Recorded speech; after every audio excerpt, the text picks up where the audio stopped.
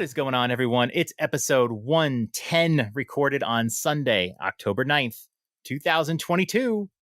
I'm John, and hey, Drew. Yes. Kevin goes to a brothel and walks up to the young woman at the front desk. He says, I would like to buy some entertainment for the night, if you know what I mean. She replies, I would recommend Jessica. She is on the third floor, room 7. She is $250 for the night. That's outrageous, says Kevin. I can't pay that. She then suggests Vanessa on the second floor. She tells the man that she is $150 for the night.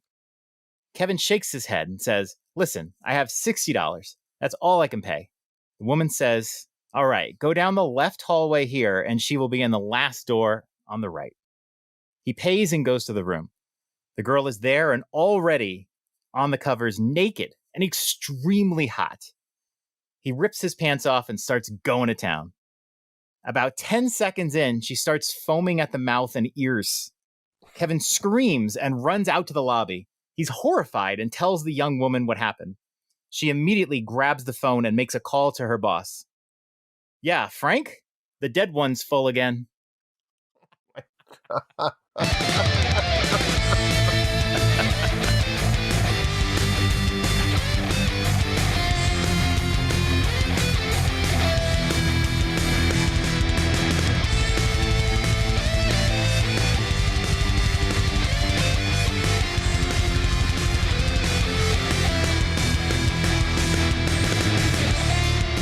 After a long day at work, it's time to relax and tuck in with the Dads After Dark Show with your hosts, Drew and John.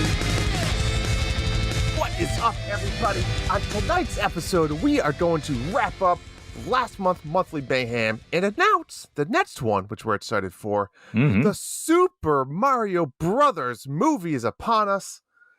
How do you make chess exciting, John? Well, you cheat, of course. And lastly, our favorite games on a Nintendo console, all going to be happening tonight. This is going to be a fun episode. John, how is it that when you tell a joke, I feel like it's always a long one, and I'm always like the short guy, It's the way it always is, isn't it? Well, touche. We like to bust each other's balls all the time, but I'm sincerely rooting for you tonight. I know the Mets are on. I'm nervous for your health. You look stressed. I just want you to be able to enjoy yourself tonight, and I'm rooting for you. Drew, you only know me over the last few years, but when I was younger, I took after my brother. I was obsessed with sports. I did watch the Sports Center at night. I watched all the sports, and I took it seriously. And over the years, I have really throttled it back.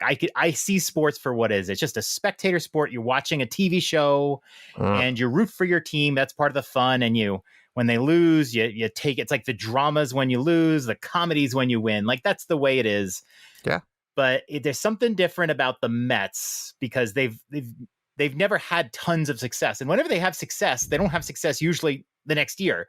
They don't do these 5 or 6 year runs. Yeah. And man, oh man, the last few days, my stomach has been agitated. I just feel almost nauseated. Wow. And then they went out and they lost that first game pretty bad, 7-1, I think. 7-1, 7-2, whatever. I cared so much, I actually looked it up last night during the game. I did. Last night, me, I don't give two shits. Well, actually, last night's was also pretty stressful, but they kind of pulled away at the end, and then they almost gave it up in the 9th. So tonight was the big game 3, and right now it is 4-0 in the bottom of the 5th. It's not looking good. Good news is the Mets did get a hit. That's great. First hit of the game. Yay. But they're playing at home. There's so much electricity at Citi Field. Nothing is better than New York fans. But when your team is in the playoffs every year, you get a little fat, right? Patriot fans. I'm sure there's great Patriot fans, but man, you guys get a little bit fat. If things aren't going well for you in a playoff game, you're like, Brady's got this. You're not freaking out, but Met fans, it's just precious. So I'm nervous. If tonight is the end, it was a great season. If not, I will be ecstatic by the end of this episode. So we'll just see.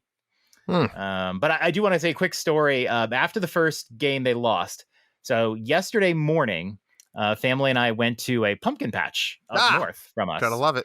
Love it. And Gotta to love me, a good pumpkin patch. I was still a little bit depressed about the game the night before, and we went early in the morning. So we're there, and I'm just going to relax, have a good time. And I'm sitting there, and I'm waiting for my family going on a ride. We went with some other family. And I see a guy kind of walking towards me, and he's got a Met hat on. And let me explain to you, when you're in Colorado and you see someone with a Met hat, they are not only a Met fan, they're from New York, right? So I'm like, should I say something to this guy? Because I'm sure, he's he's big time Met fan or whatever. I wasn't saying anything. He wasn't coming over. And then his wife was over, and she's holding like a 3-year-old who has a Jacob deGrom jersey. Now, at this point, forget it. I'm talking to them. And I talked to them for a couple minutes. They talked about the game, and we're all here and we're depressed or whatever. And we said, if they lose tonight, I'll probably come back tomorrow too. But it was nice. It was a good little, it was the first time I could really talk to somebody and say, yeah, I feel pretty awful. But I had a good time yesterday, and then they won yesterday. So see, I should have went to the pumpkin patch actually today. That's true. That might have helped me. How's it going with you though? I'm busy, John. Life is fucking busy, but football's here. I was at the Patriots game today, and wow, it felt like the old days. I mean, Detroit looked bad. Let's be honest. They made some weird decisions, like a lot of going for it, and when they had the field, whatever. It could have been 6-3 going into halftime, to be honest. It should have been.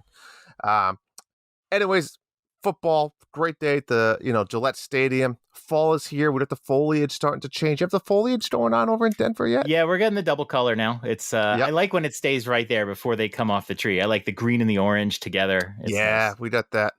But John, this has probably been one of the busiest weeks of my life. I had to go to South Carolina for work. That was on Monday. So I was in South Carolina for, I think, 49 hours, right? Monday morning, left Wednesday morning. Did a work a little, I worked probably a day and a half. I squeezed in 36 holes of golf because that's what I do. Drinking, eating, staying up late, waking up early. Like, my body is just so wants to explode. I went to Monday night. I went to a Brazilian steakhouse. Have you ever been to one of these things? Oh yeah. God, meat. I might never eat red meat again. I mean, if you don't know what they are, they're those steakhouses that you don't really order anything. It's $60 flat fee, and they walk around with those huge skewers of meat, and they're just like, "Do you want this?" And it got to the point you don't even know what it is anymore. You're just like, "Yeah, I'll try it." Like spicy steak, filet, all different cuts. They had ribs, shrimp, pork. You name it. It was literally 12 to 15 different items that they just bring over. So it's like a buffet style, but the buffet comes to you. Best way to describe it. It was intense. So that was Monday, Tuesday, Wednesday. I drank way too much. Just in the last month. I feel like still on the business trip or after the business I just feel like I just in the last month, I feel like I've been drinking too much. Well, you have been. I've been observing. I know. I looked at beer now, and I'm just like, ugh.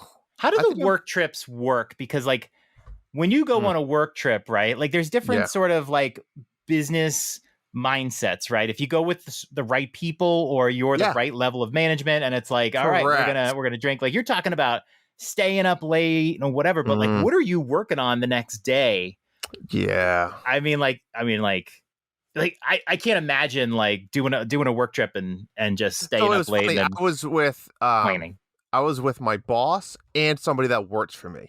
Okay. So it was a weird middle, and we're all almost the same age, right? Remotely in a weird way. So no, it was good. I mean, Monday was a travel day, so we ended up golfing a little bit. Tuesday was the big work day, which we ended up getting out a little early, so we went and golfed later in the afternoon, and then we just flew home Wednesday. So it was quick. But anyway, Thursday, I came home Thursday. I drove to Boston. I woke up early again to drive to Boston, so I was playing golf with my brother. Really nice golf course. Granite Lane, if you're in the area, you got to play it. It's a top 100 course in the country. So I leave my house, John, at 5:50 in the morning to go golfing in Boston. Right, 8:30 tee time. Takes like a little over an hour to get there, so I'm gonna have plenty of time. I'm gonna get there to the nice power shit, get a little bit of breakfast, hit the driving range, and be ready to play. John, I left at 10 of 6. It took me 2.5 hours. They closed down 95. Major interstate. It was closed because there was this 3-car accident that was on fire. So they had to shut down the highway. I barely made my tee time. So that was aggravating to begin with. And then Friday, I had to leave my house at 5 a.m. I went to work. From work, I had to drive back to Boston because I had a hockey game at 7 p.m. I got home at 11:30. Woke up Saturday, had to do what I did. I had to go to the soccer game, had to go to the grocery store, and then I had to go to a Halloween party. And then today I went to the football. I think I've been, like, in the last 7 days, I think I've literally been in my house probably, including sleeping, for like less than 40 hours. You've overloaded yourself, man. I'm fucking exhausted. Like, I filled up my gas tank 3 times this week. Wow. That's pricey. Yeah. You're like coaching little league teams. And I mean, like, if I was reffing like you are, I'm not committing to anything else. That's it. Yep. Nope. Coaching coaching. Soccer. We had a game. My son scored his first goal. He was pretty pumped. Nice. So anyways, that's my life. No one gives a shit about my life. Let's be honest. I don't. No, I mean, a lot of golf, too much drinking. Work has been busier than ever. What's the chubby? I've gained a few pounds since the chubby bracket. I'm staying strong. Are you really? I'm still 178, which is about 19 or 20 pounds from when I started in the beginning of the summer. All these trips and stuff. Wow. Yeah. I've been snacking. That's been my bugaboo. You can't snack. That's the problem. I know. I did great during Chubby's because I just wouldn't snack. I wouldn't eat breakfast. I would have lunch and then I would just power till dinner. And a lot of it is my job, just being really boring. I haven't enjoyed my job in about 9 months. And I am going to be officially, I haven't even like announced this or whatever, but I'm changing teams. That's right. Yeah. My last day is actually Tuesday. I didn't know I didn't know that. Yeah. My last day is Tuesday, and then I took Wednesday, Thursday, Friday off, and then I start on my new team the Monday after that. So I'm excited for it. I think it'll exciting.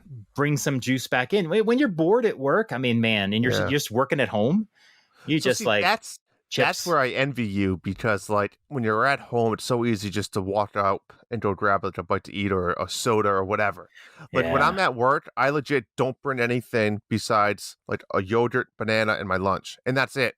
Like I won't bring any snacks. Like, and I'm not gonna. I have the obedience, like not go to the vending machine or anything. Exactly. You're right. Because I would every so often I would bring some like a box of like Pop-Tarts or something and put it in my drawer. And it's gone in like 2 days. It's so what I did was when the chubby bracket started, I brought home everything I had in my office. And I said, nope, won't be eating any snacks. Exactly it. I got to do better. Tomorrow's a Monday. Maybe I got to stop with the snacking. It's going to kill me. So I'm glad I've only really gained 2 or 3 pounds. And sometimes I fluctuate. That's manageable. But I don't feel great. I don't feel great. So, all right, let's get to it. All right. So a little bit of word here from our sponsor, Sean. It is Fresh Ball Fall. It is the season of pumpkin spice. Ooh, we got to bring that up after. And making sure your crotch looks nice. That means cider sipping in a fall breeze and using Manscaped products to trim your balls with ease. That's right. Today's show is brought to you by Manscaped, a company here to make sure that your foliage isn't the only thing shedding its excess leaves. Heck, even Mother Nature knows it's time to lose the excess clutter for fall. Join the 6 million men worldwide who trust Manscaped by going to manscaped.com for 20% off and free shipping for using the code NINDADS, NINDADS. It's still going strong. It's almost Christmas time. You want to start using it. And John, what I'm going to tell you is, when I came home from the Patriots game today, it was beautiful fall day. It was like 62 degrees. So I wasn't sweating, it wasn't cold. But when I came home, like, I didn't really need a shower, but I wanted to freshen up. Grab some ball deodorant, rub that over my balls, followed up with some baby powder, get that all in the area, nice and smooth. And then I took out my favorite, the foot deodorant. Gave that foot, did the toes a spray, underneath a spray. I feel fantastic. I still smell my feet from just sitting here. It's like a showering kit. You have all these parts that deodorize everything on your body. You didn't have to take another shower. I will say, I know, and we're doing a Manscaped read and everything, but very impressed by the Patriots today with like a third string quarterback, like shut out the Lions. I know. Congrats, man. Yeah, Stevenson had like 160 rushing yards, 180 rushing yards, but still. I don't even know who that is. That's amazing. That's because the Patriots all have mediocre players. They don't have any studs. That's always been, they have mediocre players, average, with all their wide receivers. Anyways, I have to bring this up too, while we're still talking Manscaped, is pumpkin spice, John. I heard you went with a little experiment the other day. Oh, I forgot about that. I did. Yeah, I wanted to do it the week before. I got a pumpkin spice latte from Starbucks. First time I think I've had any kind of pumpkin thing besides like just pumpkin seeds or whatever, or pumpkin pie. Gotta say, it wasn't terrible. It wasn't a drink that I like. We went to Starbucks today. I didn't order it again. But it wasn't terrible. I was like, okay. I mean, this, it wasn't as bad as I thought it would be. Yeah, it was fine. So I do the same because I was at Barnes & Noble yesterday. And I've never seen this before. There was, they have the little cafe in Barnes & Noble. Yeah. So there was like a waitress walking around like free samples in the little shot glasses of a pumpkin spice latte. Ooh. And it had like, the cold foam on top with the little cinnamon sugar sprinkled. Right. And she's like, want one? I was like, no. And then I thought of you. This is weird. I thought of you and I said, you know what? Actually, yeah. And she was like walking away. I was like, actually, I will try one. And have you had one before? You haven't had one before? No. You know me. I'm very basic when it comes to coffee and stuff like that. So what did you think? I almost spit it out in her face. Like it was gross. Really? What did it taste like to you? Just like pumpkin-y or spice? What was it? Just not a drink. Like, I hope you didn't spit it in her face. I did not, but it was like COVID. I was drinking a candle.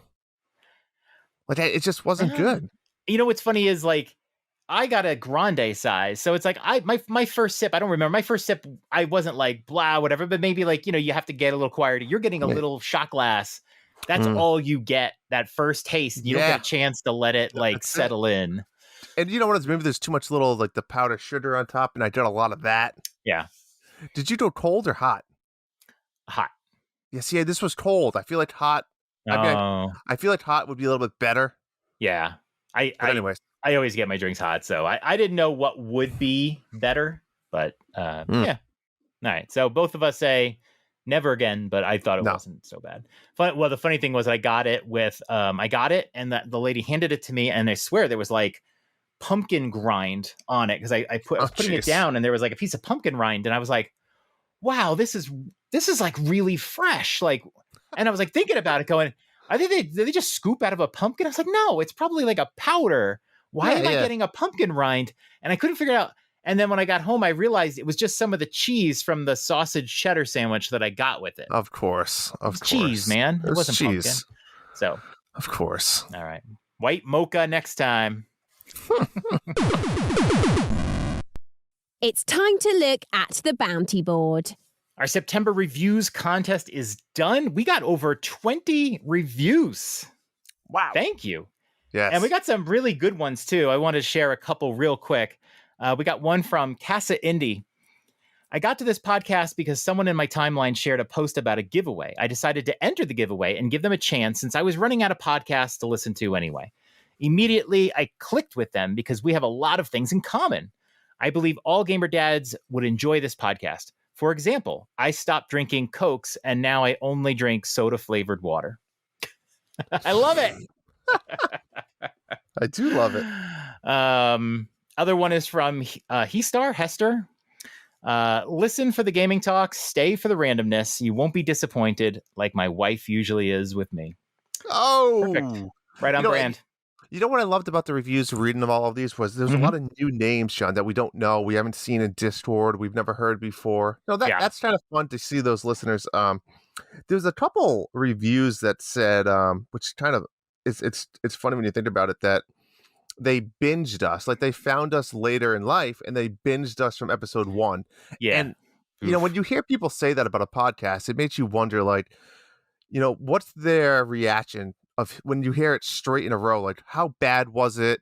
What did you think of the old formats versus the new formats? And also, like, just I guess a lot of our podcast is probably 50% not time, I guess, specific, right? It's not.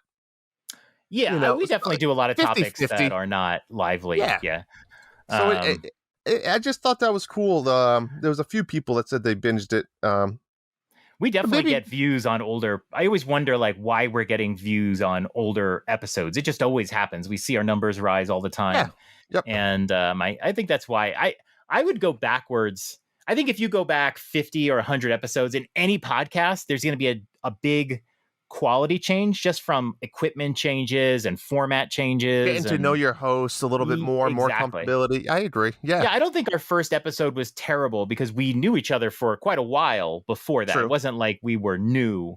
But yeah, like I think we both upgraded our mics since then. And, our format is our format. I still remember the ideas we came up with before our first episode. But anyway, the winner of our September contest was at BX Latino Heat. Woo. They won. They got their $50 eShop code. They're very happy. I want to know what you are going to get with it. So definitely let us know. But yeah, thanks for your review. And thank you to everybody for your reviews. They really help us out. So very good. Bounties. We have one right now. We're hoping to get some more soon. We're just waiting for the right game and the right time and everything. Mm-hmm. So the one bounty we have is to complete the decked out feat that in Shovel Knight Dig that involves collecting all the armors, all the relics, all the accessories. Drew, I'm not sure anyone's going to do this one. I think we blew our load. I just, maybe there's not as many people playing this as we thought. I think there's been about a half dozen people that have played Dig. I know Justin, I know Marty, Sean Abbott, me and you. I think people have either finished it or moved on from it.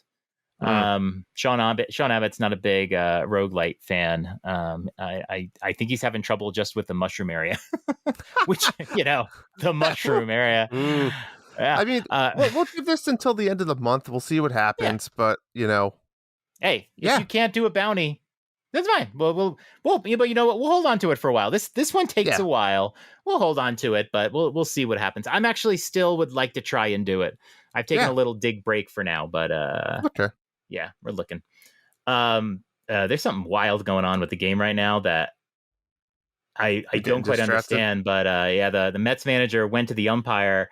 I think they're seeing something on the ball. This would be pretty wild.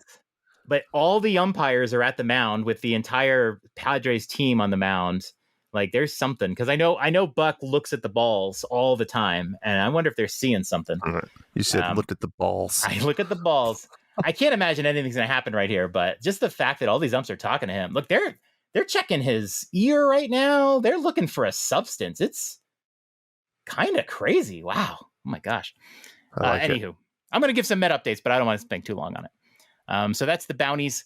Let's talk about monthly mayhem Splatoon. Woo! Yeah, monthly mayhem has been a blast. It made me really want to play Splatoon. I'm not gonna lie. Even though I thought I was decent, apparently I was not compared to all of you guys, because one, I don't get Salmon Run. We'll talk about that in a minute. But two, Turf Wars. I think my problem with Turf Wars is Turf War. Sorry, Turf John. War is I think I get too excited about painting. Like I find painting more relaxing than just going out and trying to kill people and even the objectives. So that hurts me a lot. It was a balance with this because painting will help you. It was a balance. You can get more points from kills, but you have to be painting in between the kills. So if I look at the Turf War specific rankings, right? First of all, we had 14 people. That's a great showing for Mayhem. So well done. I had, if I'm looking right now at the Turf War paint rankings, only paint, I had the highest paint on the leaderboard. And I finished in 9th out of 14. Oh, you're 13. Right, you did. Until I only had 7 kills. Now, there was games I had maybe 10 kills, but I didn't have that much paint. I found that mode to be the most challenging because I really didn't get a feel for what I'm going for. And Agreed. definitely you want to have a lot of kills, but you can't be hunting the kills. I don't know. I shouldn't say what the strategy is because I didn't do very well at it. But everybody, I mean, I just didn't have a good feel for that one. Whereas Salmon Run, I felt was easier. Just get eggs. But that's it. I will say we were nervous about the turf war and how the points would come together. I think it was pretty good. I think it was a great ratio of paint versus skills. I think it was fair. I think if our scoring favored kills more, it would just mean that the strategy would be to get kills. And we were trying to get it as balanced as possible, but it was really hard to figure out what that would be. But looking at the scoring, there was definitely a lot of paint and a lot of kills that was winning. So that's fine. That's exactly just doing everything seemed to be it. Yeah, agreed. Yeah. So Salmon Run, I mean, holy shit! You gotta tell me something because I played this. I probably played a dozen times since it's come out. I mean, it's not my favorite just because I feel like you get unlockables and stuff, but I don't feel like there's an objective. I mean, most of the times you win as a team. I hate to say it that way, but typically you do. So tell me how people get 100 golden eggs, John, because I was never. I think I capped out at 44. Like I just don't get it. We would kill all the bosses as soon as they would come, but another boss wouldn't come. So I don't understand how you get more eggs if there's no bosses. So here's the thing. I don't know if any of the leaders. I did pretty good in this one. Here's the thing. There's a randomized set of Salmon Run modes that will happen. So it's not just levels with bosses. Sometimes there's like the Goldie levels where you have the little gold fish that you have to hunt down and shoot. There's just different wrinkles in it. And I think some of those wrinkles lead to getting more eggs. And so case in point, I had my score set after several rounds of Salmon Run. And then one night I sat down to try to beat my record. On like the third try, I got the Goldie level. So basically you're like shooting the little plugs and the little goldfish comes out. You shoot it and you get 5 eggs. And, I just got really good at, you don't have to deal with really hard bosses or anything. And you're just hunting them down. And that's when I got my 75 golden eggs, which isn't a lot when you look at the rest of it. But I knew I wasn't going to get that from a regular round. So it's like, all right, I'll just cut it short right there. And I think if I would love to ask Dillian and third strongest mole, like when they got their big scores, because I think that's what it is. It's not just a normal level. So that was the thing. So it does reward playing a lot. Not only if you play a lot, you'll do better and you'll get some better scores, but actually getting the right wrinkles to come to you. Huh. Great. Yeah. So lots of fun. With that being said, I'll announce the top 5 going backwards. That way we need a little suspense. Just so for the record, I finished in 12th. Not proud of it, but I thought I did okay. I was in 6th. Wait a minute. You said you're going to do the top 5. You left me out on purpose. No, I was going backwards. You were next. You finished in 6th. Well done. So it's number 5, Hoots, with 41 points. Then the max number of points you get was 50. The Informant in 4th place with 43. Number 3 was Etz with 46 points. Number 2, coming out of retirement, third strongest mole with 48 points. Just missed. He was in the lead for quite some time until out of nowhere, the one and only Dillion. It just cleared the leaderboards. Just dominated. Wow. I mean, I say dominated. He beat Mole by 3 points. Dominated. First place in both of them. 3 eggs by Salmon Run. But I think he dominated. So Dillion, $15 eShop credit. We'll be reaching out. And then, of course, as always, we love to do our random drawing for $10. So all other 13 people were thrown into the magic hat. And out came the winner of, for $10 eShop, Etz.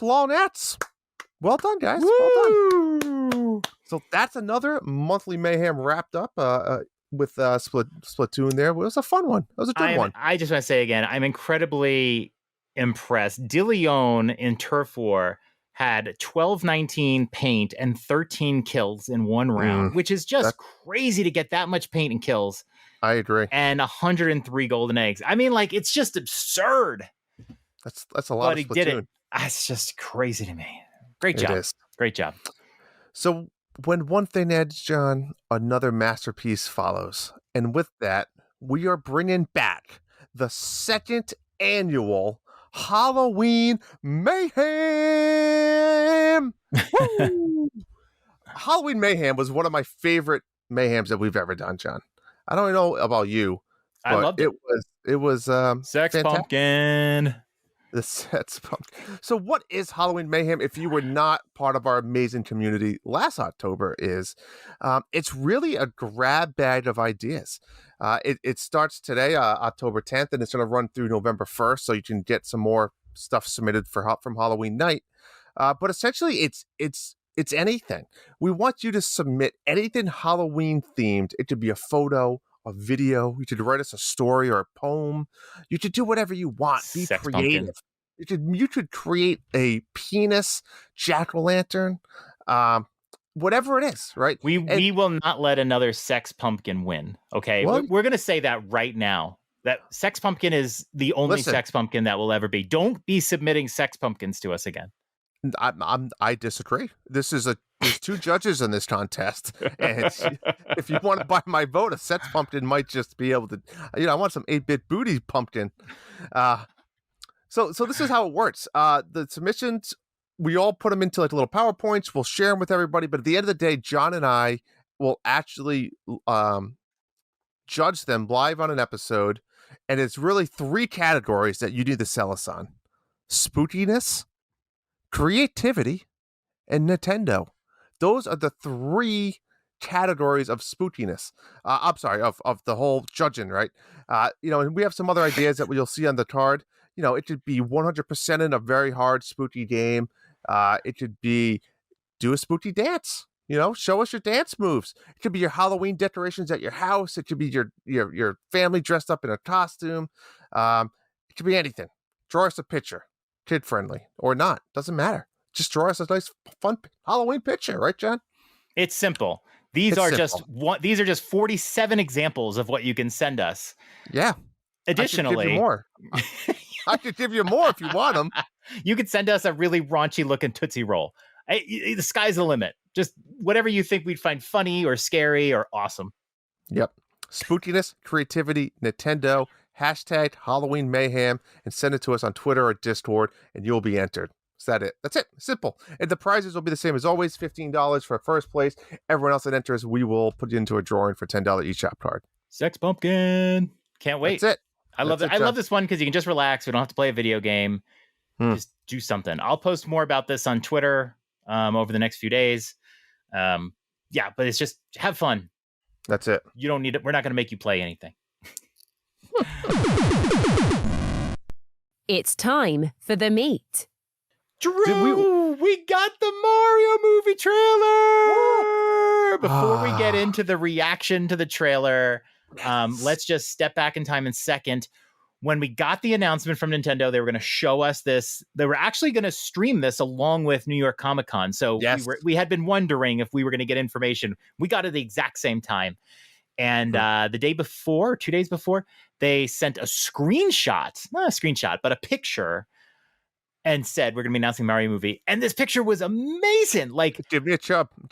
Not everyone was zooming in, trying to see what they could see. I got to say that the antique shop was hilarious, selling like 8-bit stuff. Yes. I loved that. I still say there is a Toad that looks like Captain Toad, except he doesn't have the headlamp.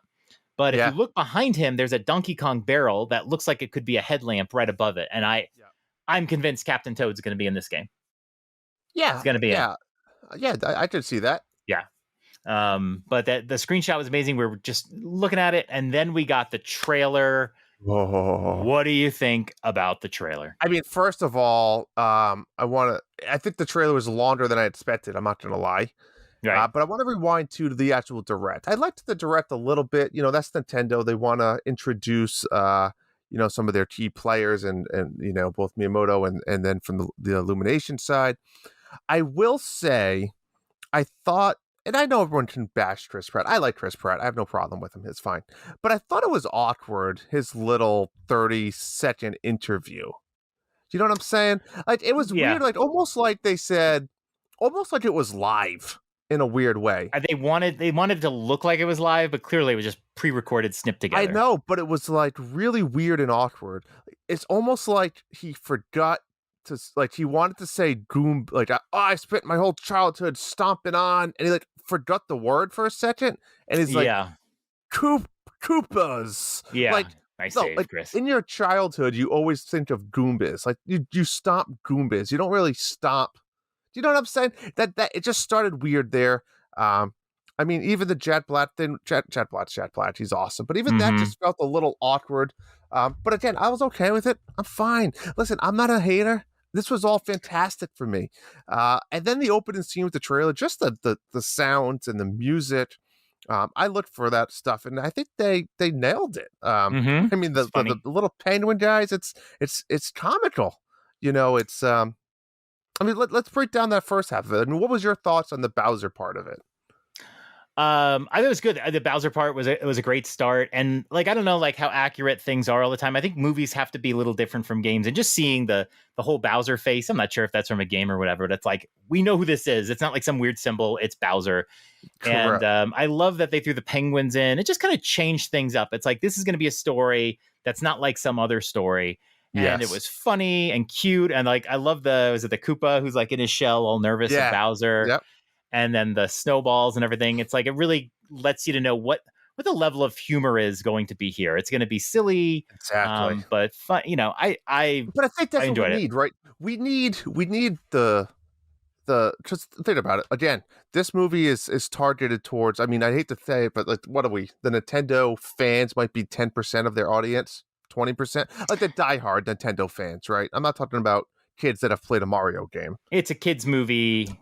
This is a kids movie to get kids to want Nintendo again.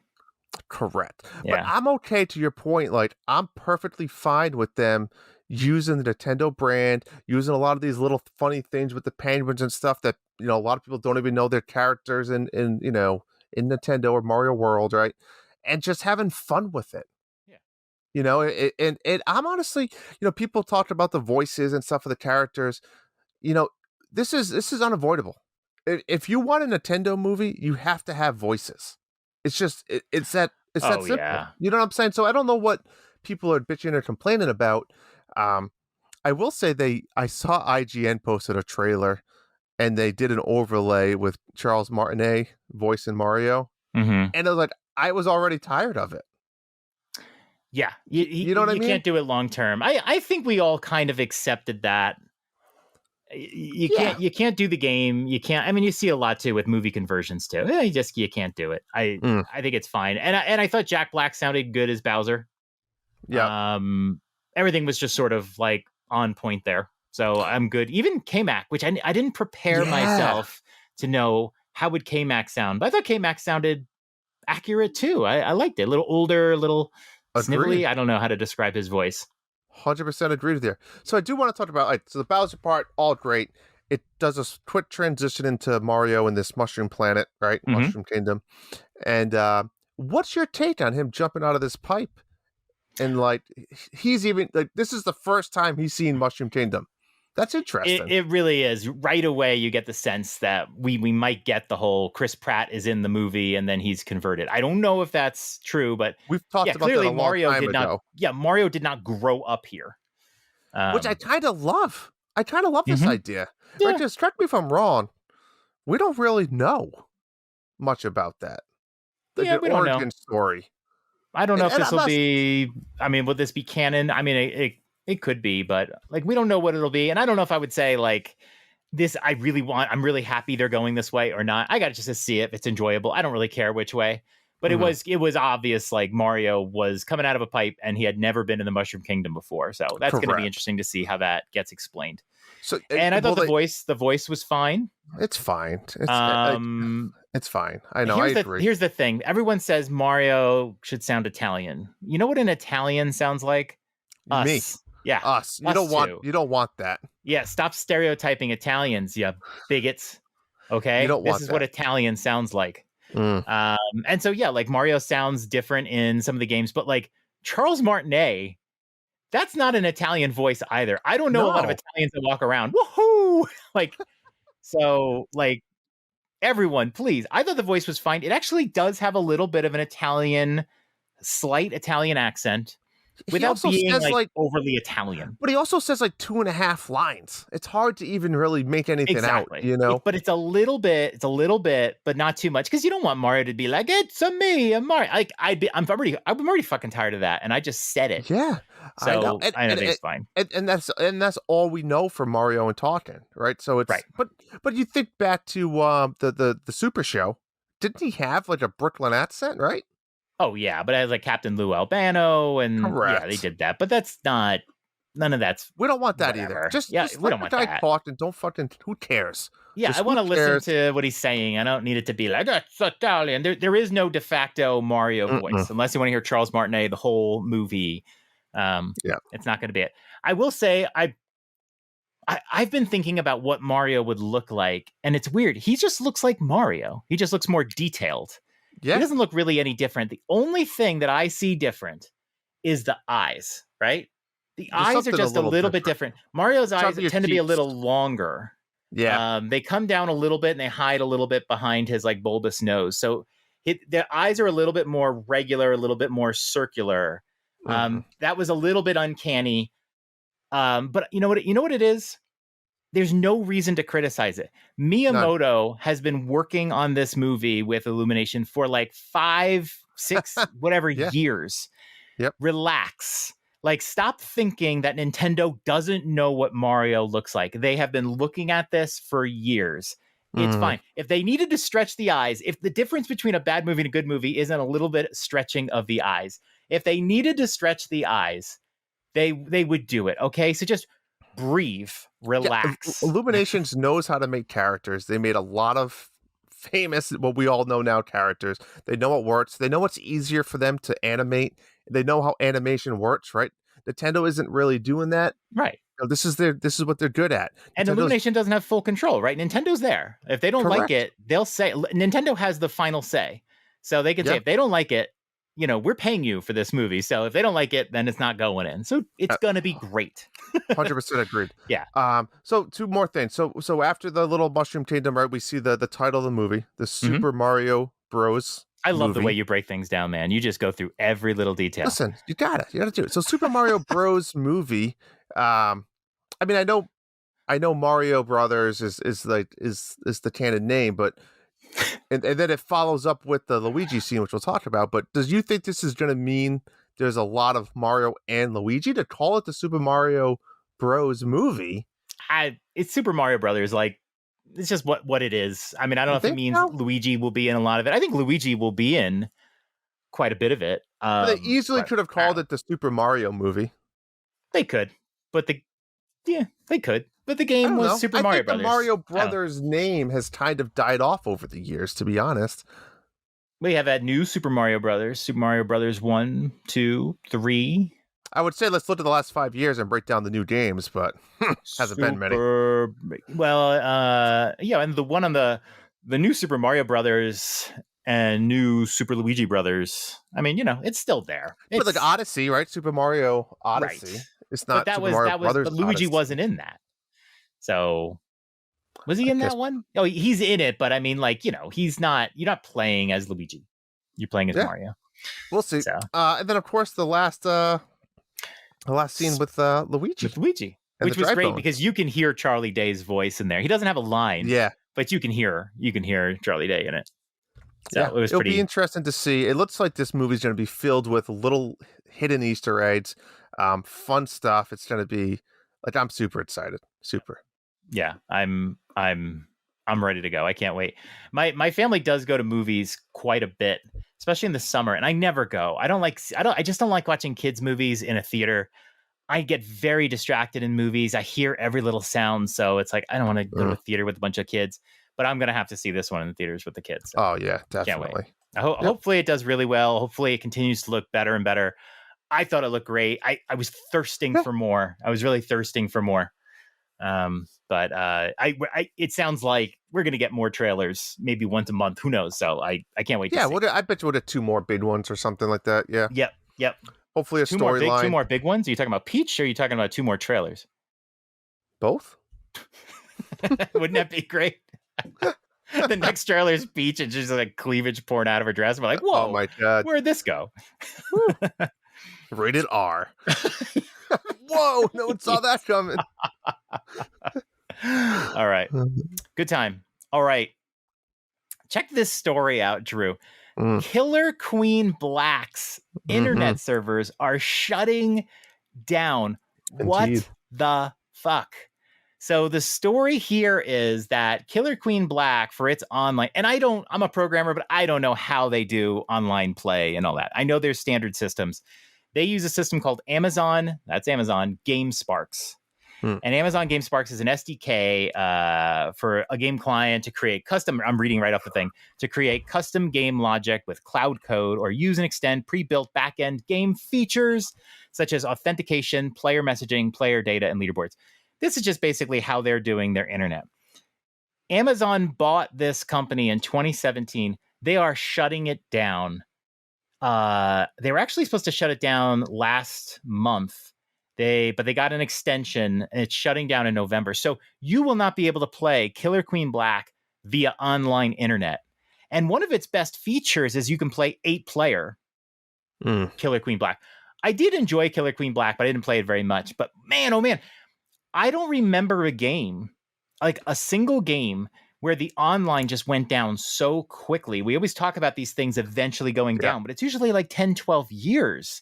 Yeah. And this is going down, and they admitted it in their statement. This is going down because they would have to rewrite a lot of their code. Hold on that moment for a second. They would have to rewrite their code, but for an indie studio, they just don't have the time to do it. And they understand there's probably not a lot of people playing Killer Queen Black on online right now. It's not worth it to them. So that's why they're doing it. I still say they, excuse me, they have an obligation. No, there's people that. There are people that bought this game like 3 years ago. That's not, but it's not. This is not their fault. But it is a small company. It's not their fault. They utilize an existing company to help perform their back end code or whatever the hell you want to call it. Yeah, that went out of business. Yeah, and so they've already invested their money. Listen, they had a budget. They had a budget for a development of a game. I don't care. They spent that developing it. This isn't fucking Google and Stadia. They're not just gonna say, here you fucking go. They can't afford, they're out of business. Okay, here's why I don't care. First of all, as a programmer, when you are building network-based code, you tend to abstract it so that you keep the details in an abstraction layer. That's fair. I agree with that. They can use a different system and then just sort of like, hey, when I say connect to player, just do this instead. How tied to their actual game logic is the Game Sparks code?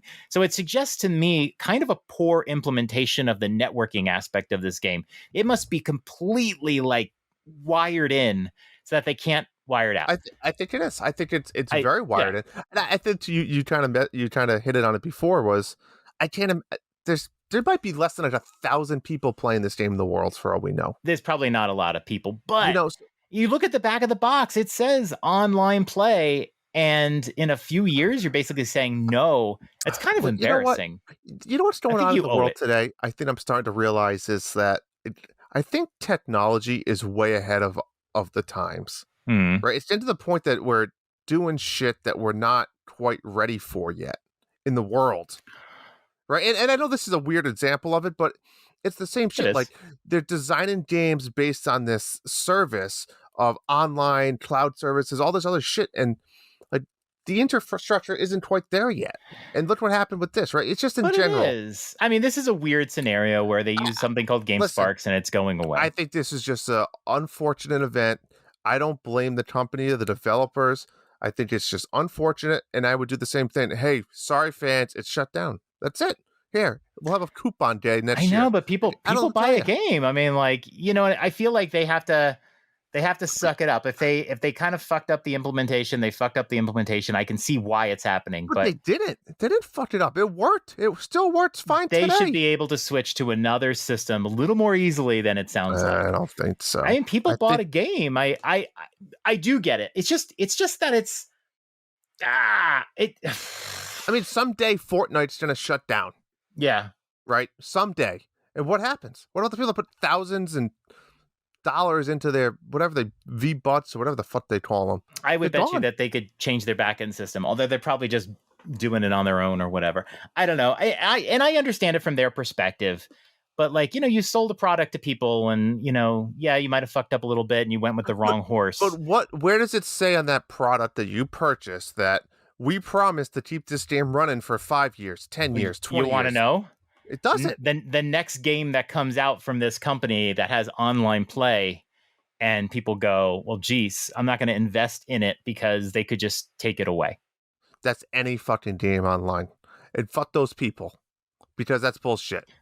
Look, I don't have it on a topic on here, but Google Stadia died last week. And the biggest hit was going to be on Google. The reason why, and we don't need to get into it, but the biggest reason Google Stadia died and they're going to refund everybody everything. And the reason why is because if they get back into gaming, which they may very well, they don't want people to say, well, I don't want to invest a bunch of money and then be out of it when the service goes away. Listen, I say fuck those people too. I don't think Google should have to do that. Oh, they have. Are you kidding me? No. So if why should they? Google Stadia, if you bought, let's say you bought Resident Evil 8 for $50 on Google Stadia, and a year later, the game is unavailable to you because the service went down, and Google just took your money, you'd be fucking pissed. I mean, if you're buying, first of all, if I bought this game a year ago and I haven't beat it by now, what the fuck am I doing? And second of all, no, if you're buying a cloud game, or a cloud system, rather, let's not even say game. If you're buying a cloud-specific system, you right then and there are signing your deathbed that says, I don't own this. I don't own this. I can't bitch. I can't complain. Yes, but I don't you own do. it. When you pay $50, you own something. No, see, that's artificial, though. That's irrelevant. It's $50, but it could have been $20. It could have been $100. You're still paying on a certain flat fee amount for a product, or not even a product, a service that there's no guarantee. Right. It's like Tommy Boy. You can put the guarantee on the box, but it doesn't mean anything. If when you buy something on the cloud, I know you don't have like an ownership of something, but you do expect. Remember, Stadia came out in 2019, and some of these games came out last year. You do expect to have it, because if Google Stadia, they could have just went down and said, "Look, we're not going to sell you any more games. The hardware you bought, you get to keep, but we'll leave them up for another 5 years before we take it away. So you have 5 years to play these games. Go for it." I still think they would get some grief, but they could have done that, and maybe people would. But they want to shut down everything, and Google has so much money. They're like Xbox. I mean, basically, they're just going to buy their way out of a situation. I mean, I say I don't think the people deserve their money back. All right. No, next time this company puts out a game after Killer Queen Black, I'm not going to get involved in it. That's all right. For sure. All right. Oh, by the way, that Killer Queen Black will shut down November 30th. So if you want to play some online Killer Queen Black, maybe we should play just before it goes down. This game's probably has their most players online right now than they ever had. I guarantee you. November 30th. Smart by them. Drew, it's time to talk about chess. Yes, I've been waiting a month because I haven't been reading in the articles. I want to hear it from the most intelligent chess player that I know. I am. My friend, John Blanco. I am. Let's hear it. All right. Listen, I know you got like a page of notes here. That's all I got right there. Can you Drewify this? On my head. I need it in like a Drew form that I'm going to understand. Okay. Here's the deal. So the event that occurred that kind of sparked all of this was that Magnus Carlson, who's the greatest chess player in the world, resigned on move 2 to an opponent, Hans Niemann. Okay. That was the spark that kind of became national news. And a lot of people have no idea who Magnus Carlson is. So I'll give you the quickest background possible, because I don't want to take a bunch of time here. Magnus Carlson is the reigning chess champion. He has been the chess champion for years. He is the best chess player in the world. He's 31 years old. He's from Norway. Okay. Undisputed best chess player. He's great at speed chess, long chess, everything. He's a machine. And what we have seen is chess players have grown up playing computer chess. When I was younger, we didn't have these chess playing computers. We did, but they were very few and far between, not really that great. But the young people that grow up now, they learn chess by playing computers. and they can play all day long. Whereas in the old days, you had to play a human. You had to go find someone willing to play with you in order to learn. So the chess players of today could probably kick the living shit out of chess players from 100 and 200 years ago. They just have more experience. They can play much more. And then they run analysis on their positions, and they know exactly when they make a bad move in an instant. They don't need a human looking at it. So he resigned, and it was a big deal because the insinuation was that this guy, Hans Niemann, right? Was he a no-name at this time? Hans Niemann is not a no-name. He is he's a grandmaster from the USA. Black belt. That's who he is. He's 19 years old. Woo. Okay, so he's good at chess. But he has been caught cheating before, and he has admitted to it as well. How did you cheat? I don't even understand how you cheat. I'll get to that. But Magnus Carlson lost to him the last time they played, and he's convinced that he's cheating. And so he didn't want to play him again. So in this tournament, when he played him, he just resigned on the second move. Okay, it was a queen's pawn opening. He just resigned, and Magnus Carlson won this tournament, so he didn't lose. He just resigned because he didn't need to beat this guy. So here's the crux of it: is Hans Niemann a cheater? If you beat Magnus Carlson, you might be a cheater. That's how good Carlson is. Carlson's FIDE rating is 2861. Hans Niemann's is 2688. Does that sound like pretty close? I don't know what that means, but it means Niemann's higher. The difference between 2861 and 2688 is massive. It is a massive difference, right? It's like 100 and it's almost like 200. It's like 180 points. It is a massive gulf at that level. He's that much better. I'm sorry, I've read that wrong. Carlson's much higher. Gotcha. Carlson, even though it's 180 points, it's massive at that. Is that based on win record? Like, what is that based off? It's based on wins. It's based on who you're playing and their rating. Okay. In order to get 2861, you are playing the best chess players and you are winning consistently. Gotcha. So it's a massive rating. Hans Niemann, if you look at his performance in that tournament, lost several matches and drew several matches. And what we have seen now is that ChessBase, which is like the de facto chess database system, they're very involved in the chess world. They ran analysis on Hans Niemann games, and they can detect that he's cheating. And now here we come to the question: how do you cheat in chess? That's a great question. Here's the problem. It is very easy to cheat at chess. It's a huge problem in the chess world. To the point where every time you lose to somebody, you think they must have been cheating. Like, God, they played so well. And the way you cheat is easy. Computer opponents are so good now. You can use your phone and in like 5 seconds get a really great move out of it. A human might have to just sit there and crunch for like an hour. Not all positions are the same. So if you wanted to cheat in a chess tournament, for example, you can just play your moves. There's a lot of moves you make that are very intuitive, opening moves, things like that. Forcing moves. There's lots of times where you make moves that are pretty straightforward. Do a little analysis, that sort of thing. But there are other moves, generally middle game, when you're just working on your position, where you make a move not in order to like win a piece, but just to improve your pawn defense later. Very subtle chess moves. And those are really hard to crunch because you have to go through layers and layers and layers of moves and potential counter moves. That's when you can get in a position, use a phone or something, crunch it for like several minutes, get the best move possible, and then you just make that move. Yeah, but how are these guys using their phones at the table? You don't have to. You can have somebody do it for you. So when you go to a chess tournament, generally people are walking around, looking around, even other players. You can get up from the board and walk around. So someone can look at a chessboard, see the pieces, walk out, enter that position into their phone, wait a couple minutes, and then come back in, and then just like, little. I'm making little like facial moves, like a baseball game or something, so and there's an inside man. John, I will be your inside man if you ever go to this level. Right. I'll tell you that right now. If I scratch my right ear, that's your king knight, Yeah, and I'm in. I'll help you out. Yeah. That's what it is. It's easy to cheat, And there was a rumor, and there's no way it's true, but there was a rumor that he was using anal beads, and they were vibrating. So someone was actually giving them the move without even being in the room. Love it. And it just vibrates. I think that was just something on the internet that happened. I respect that. Yeah.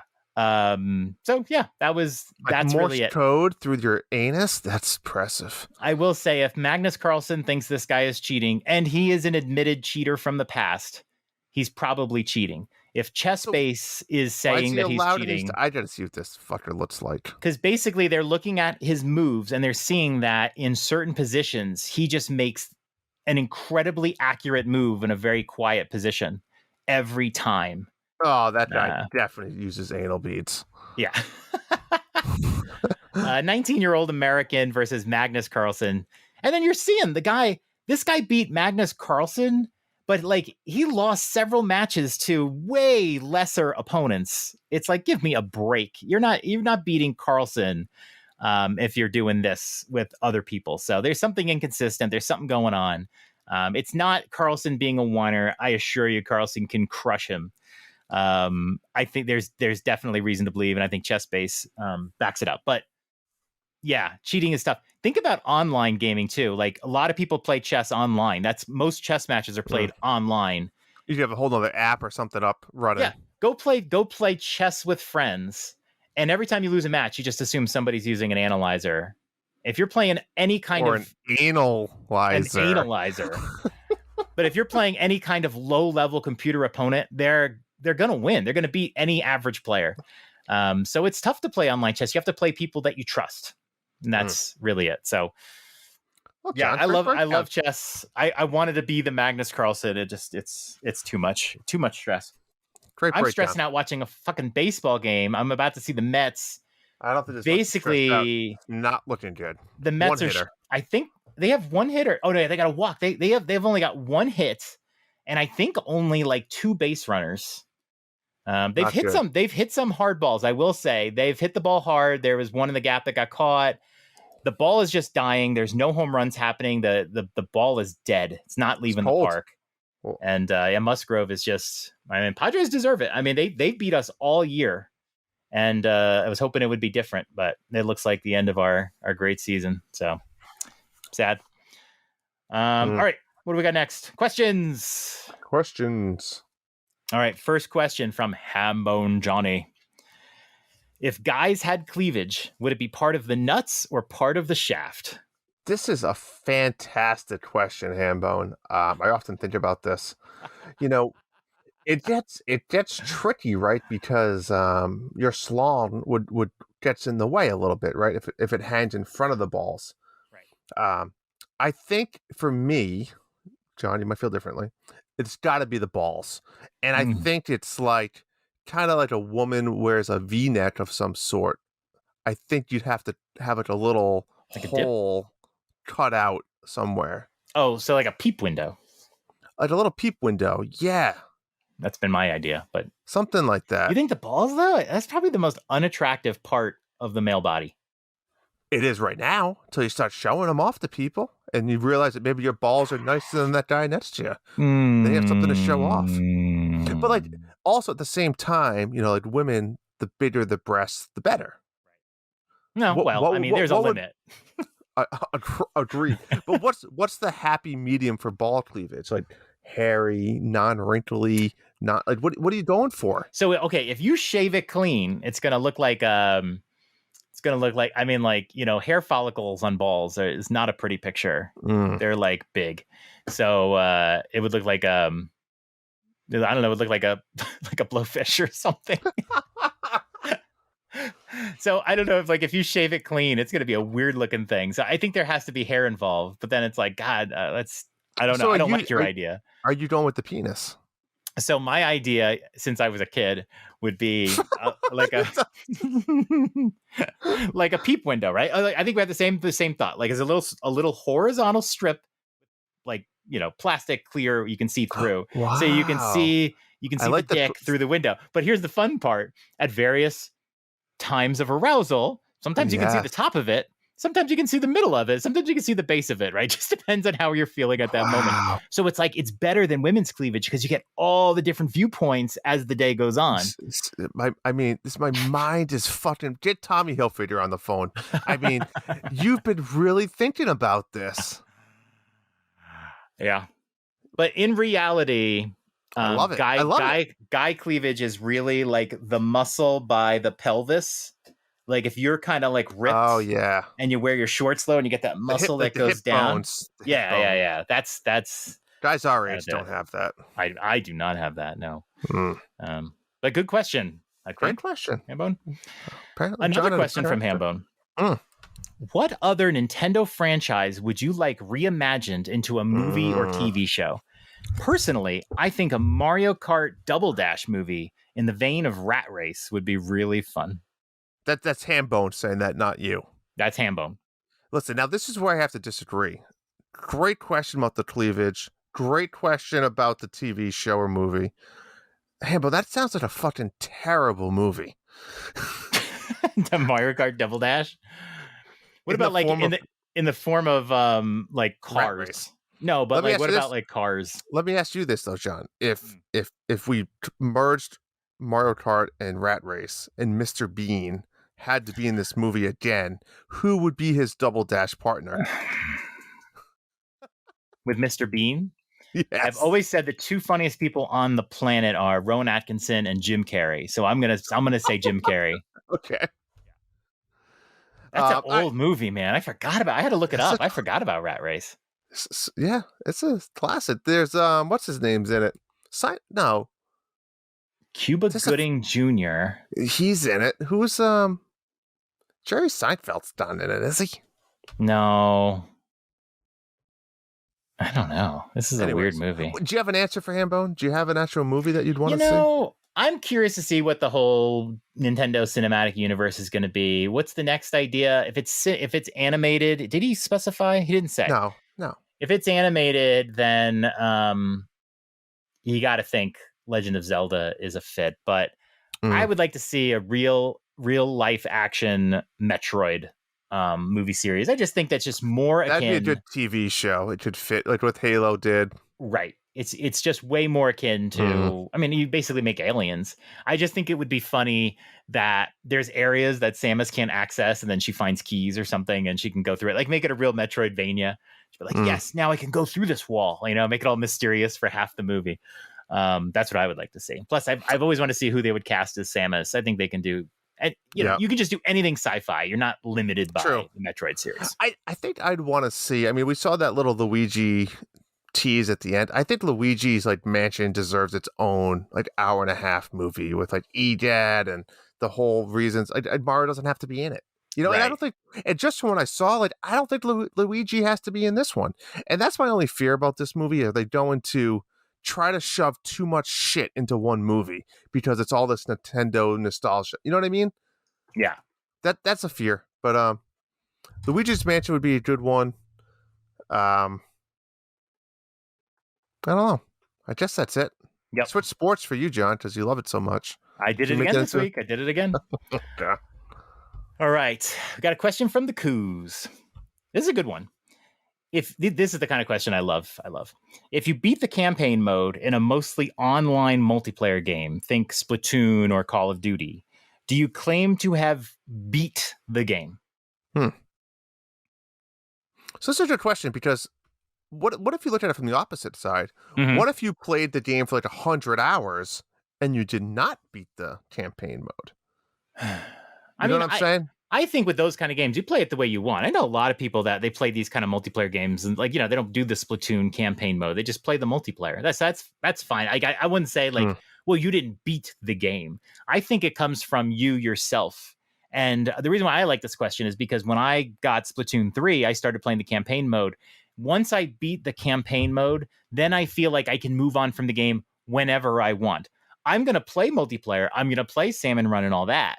But I feel like I can move on from the game when I want to because I beat the campaign mode. So I don't think this is like a way to judge somebody. I think it's how you judge yourself. Yeah. Well, there's going to be other games like Fortnite and stuff that you can't even beat the game, period, then. Right. So that's...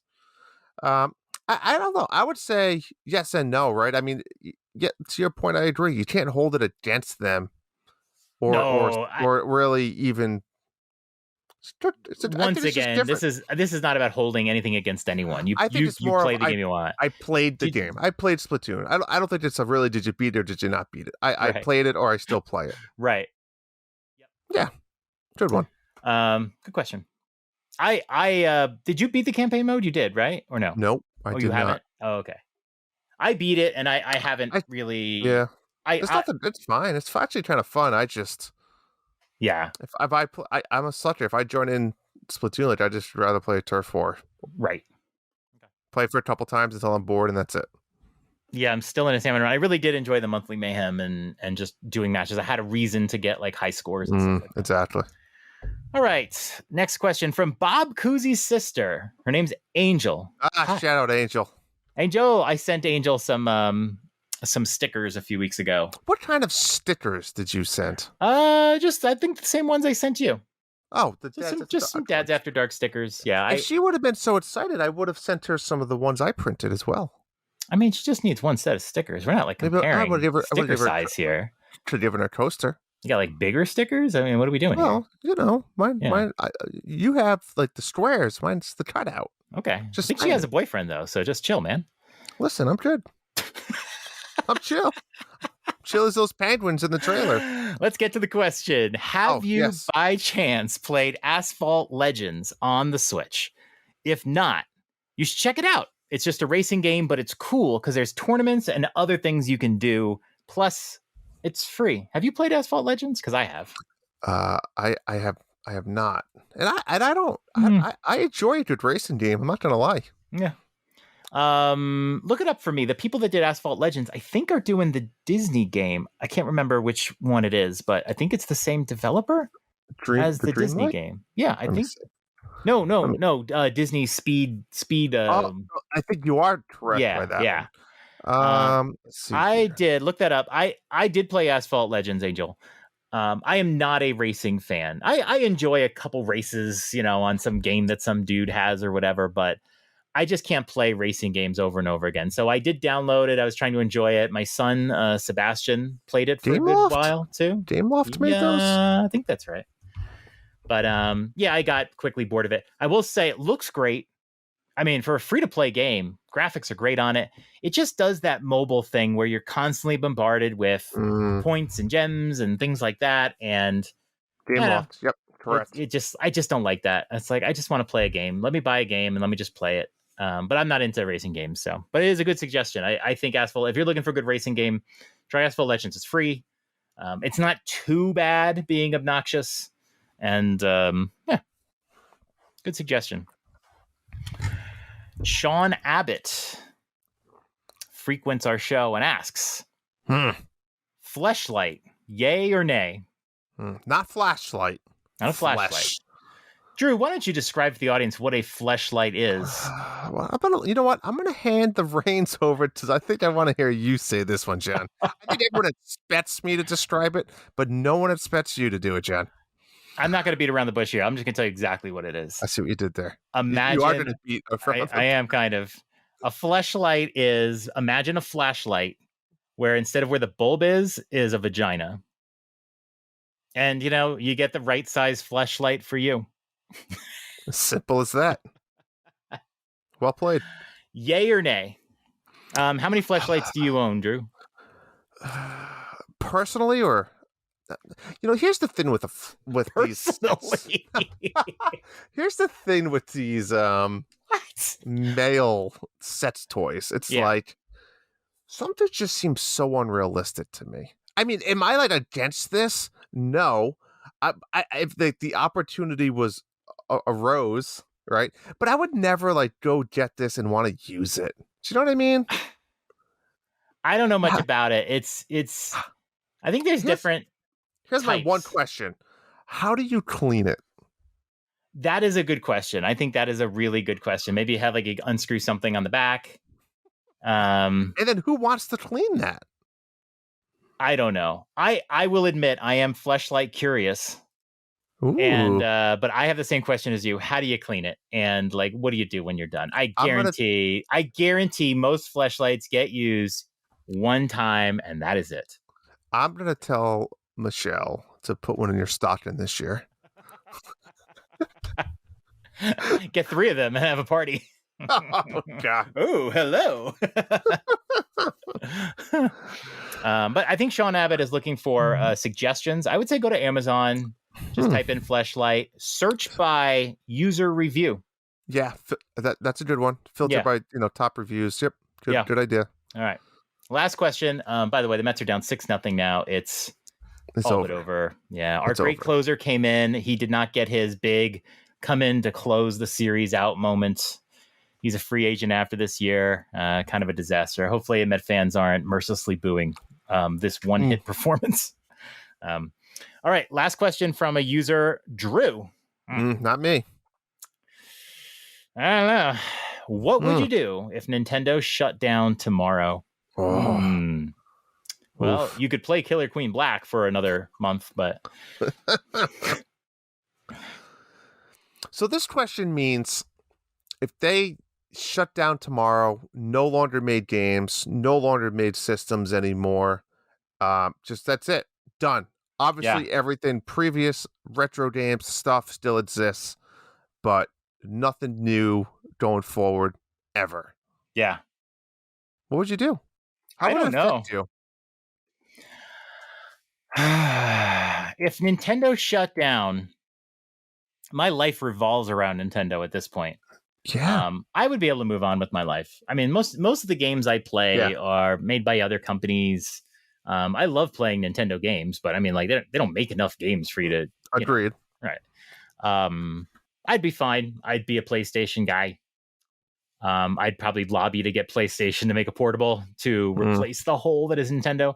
But the thing about Nintendo that I think people forget, and I'm looking at my amiibo as I have done several times in the show. What a family of characters that they have, and I will always say that I'll take Nintendo over Disney. There's just so many great characters, and I think what makes those characters more endearing than Disney characters, and this is me talking, is because I use these characters. They're interactive characters. I am Mario. I am Link, and so I have a deeper connection than Tangled, or I love the movie. I love the characters, but I don't use them. So it would be a big.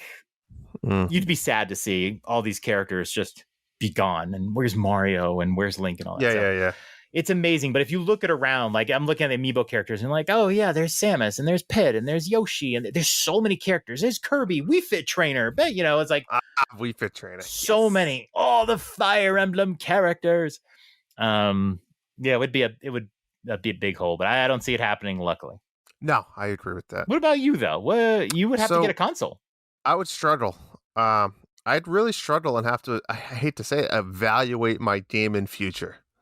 And I say that because I think these Xboxes and PlayStations, they don't fit my lifestyle. They really don't. I mean, I do get to play on the TV, especially with the kids. The kids love watching me play Splatoon, stuff like that. But no, now if I started playing some of these other God of War, stuff like that, like I can't let my kids probably watch. They're younger, right? And I'm not going to let them watch me play those things. Right. I would be honest, I would struggle for some time from the gaming point of view. And I think my only solution really would be, I think I would turn to the Steam Deck and maybe invest in like a nicer computer and maybe do a little bit of Steam or PC gaming with a little bit of Steam Deck to counter that, like when I want to play. I think that's where I would go, just because I would need something and I could piggyback off of that Steam versus PC, and then maybe buy a nice big PC game if it wasn't on. You know what I'm saying? Yeah, and with Steam Deck is now available for sale. You get it right away. Yeah. So if you went in a Steam Deck direction, which if you really like the portability, now's a great time to go to Steam Deck. Yeah. Yeah, I think that would have to be my choice. But right now, I mean, we'll talk about it soon. But I think my lifestyle I can't cater towards another console where you have to play on the TV and tie up that time. I know. Yeah, it's just you can't go back now. You can't. You can get a PS Vita. Just don't play anything new. I think if Nintendo did go away, though, I think that hole would be filled. But I think that hole would be filled by something. With a fleshlight. Yeah, Xbox or somebody would make a device. And like I said, the Steam Deck's there, but that would be it. All right. Good question, Drew, out there. What we've been playing. Drew, I'm looking at your list. A little disappointed. My list is struggling. Your list is struggling. Let's start with you tonight. I'm really curious about this first one. What have you been playing?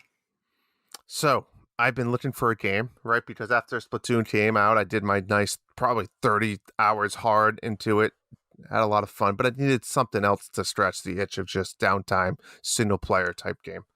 A lot of debate, John, right? You helped me walk me through it, and I ended up going with Resident Evil 4. Yeah. Older game, but they remastered it, remade it, multiple systems, right? Came out on the Switch a while ago.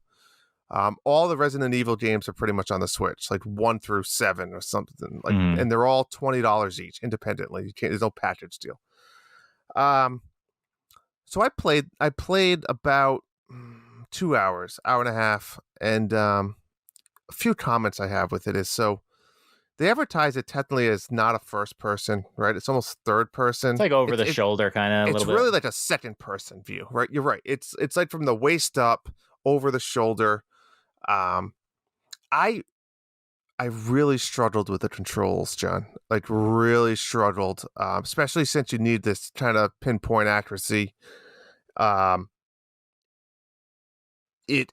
It's not a true twin stick shooter, right? Because like if I'm walking and I want to like look around the corner with the right joystick, it only really turns like so much. Right. So the right joystick isn't like an active full motion joystick. The aim-in was a little sensitive, but you probably could have adjusted that. The problem is I was really enjoying the game, right? From like the opening story point of view, great backstory. The graphics were decent, for being an old game, right? Obviously they're not blowing you away, but it was decent. But the controls, I quit, John. I quit playing. I'm done. And this just brings me up to the point of like GoldenEye. Everyone wants it. Everyone's complaining about it, but it's like, this is a perfect example of be careful what you ask for. Because Resident Evil 4 is known as like an amazing game, and I'm sure people have played it recently and still think it is, but it's just when you have all these other games nowadays with these such crisp and tight controls, and then you play these older games, it's like, it just feels raw and it feels different, And it's a great game. I mean, it's one of the greatest games. But you're right, like you get used to newer stuff and then the way they move. I mean, the Resident Evil games have always been a little tanky. Yeah. And it just feels very tanky and stodgy, and it's maybe not aging as gracefully, but correct. So that was like last weekend. It's now Sunday. And after that I said, you know what? I'm taking a break. I'm taking a break from video games. I'm going to recharge like middle of October. I already talked to you. I'm going to buy some nice shitty Halloween game, probably like a 5-hour game. I'm going to play through that like a side scroller. Get that lined up. I'll get Sparks of Hope. I'll be ready to go. Right. So I'm taking a break. Life is busy. A lot going on. And then I was in Best Buy yesterday and I saw a plushie looking at me and I bought Treasure Trove. So who knows if I start that or I just really paid $50 for a Shovel Knight plushie. But yeah, so I'm taking a break. We've all been here. We've all been in these. I don't want to call it a funk because I think just life got in the way. There's games I could start playing. Yeah, but I don't want to dig deep into something. I'm gonna wait. Sometimes you have some other things you want to do, and sometimes when you start playing a game, that becomes part of your consciousness. Yeah, you're absolutely I need to right. get that done. I need to get it finished, and it's like sometimes it's nice to just not have that hanging over your head. Yep, catching up on some TV shows and just doing some other stuff and working, and that's it. All right, what about you? I know you've probably been playing games though, John. I have not a super number of them or so. I'll give a quick update on just a bunch of the long running ones because I feel like I haven't done it in a while. Still playing Switch Sports. Got my the latest outfit was Angels and Demons. I actually really like that outfit. I went heavy into it. I've done a couple weeks where I got an astronaut outfit, and it's like, I don't really want this, but Angels and Demon thing is cool. You can do purple, like a light purple skin. It's pretty neat. So I'm all caught up. Monster Hunter Rise. They came out with the version update 2, a little beefier than the weekly event quests. My friend Arthur and I have been going through that. We finished that one up. You get like 4 or 5 extra quests and some other things, but overall, not a big deal, which is fine. I don't need a bunch of content and have to keep coming back to it. So all cut up there. Life is Strange came out on the Switch, which was awesome. Finally, the original game and the prequel. I did a first look for the Nintendo dads. I wanted to do one so badly. I was like, can I do it? Can I do it? They were like, yep. And I was like, sweet. I got to say it performs a lot better on the Switch than I expected to. I expected it to be kind of a disaster. The frame rate is not terribly low. It's actually pretty good. It doesn't look as good as the remaster does on the other consoles, though. But perfectly valid place to play it. Just understand it doesn't look quite as good as like it might on another system, but it looks good. I did not play through it, Drew. I've played the game so many times. Not in a mood right now, so I did not play through it. One day maybe I will, but I wasn't into it this time. And then I went back to Bayonetta. I kind of wanted to play through Bayonetta 1 and 2 before 3 comes out. I don't know if that's going to happen. Again, a lot to ask. I've played through Bayonetta 1 and 2 like 3 times, I think. And I don't know. It's just like, all right. And I've never been a huge fan of Bayonetta 1. I love Bayonetta 2. Bayonetta 1 is just, I don't know. I always feel like I don't have enough health. I'm always low on health. And then I use all of my money, which they really want you to pay for upgrades and new moves and things like that. And I always just buy green lollipops for health. That's it. And I suck at Bayonetta. I've said this. I suck at it. I really do. I just need more health. Health.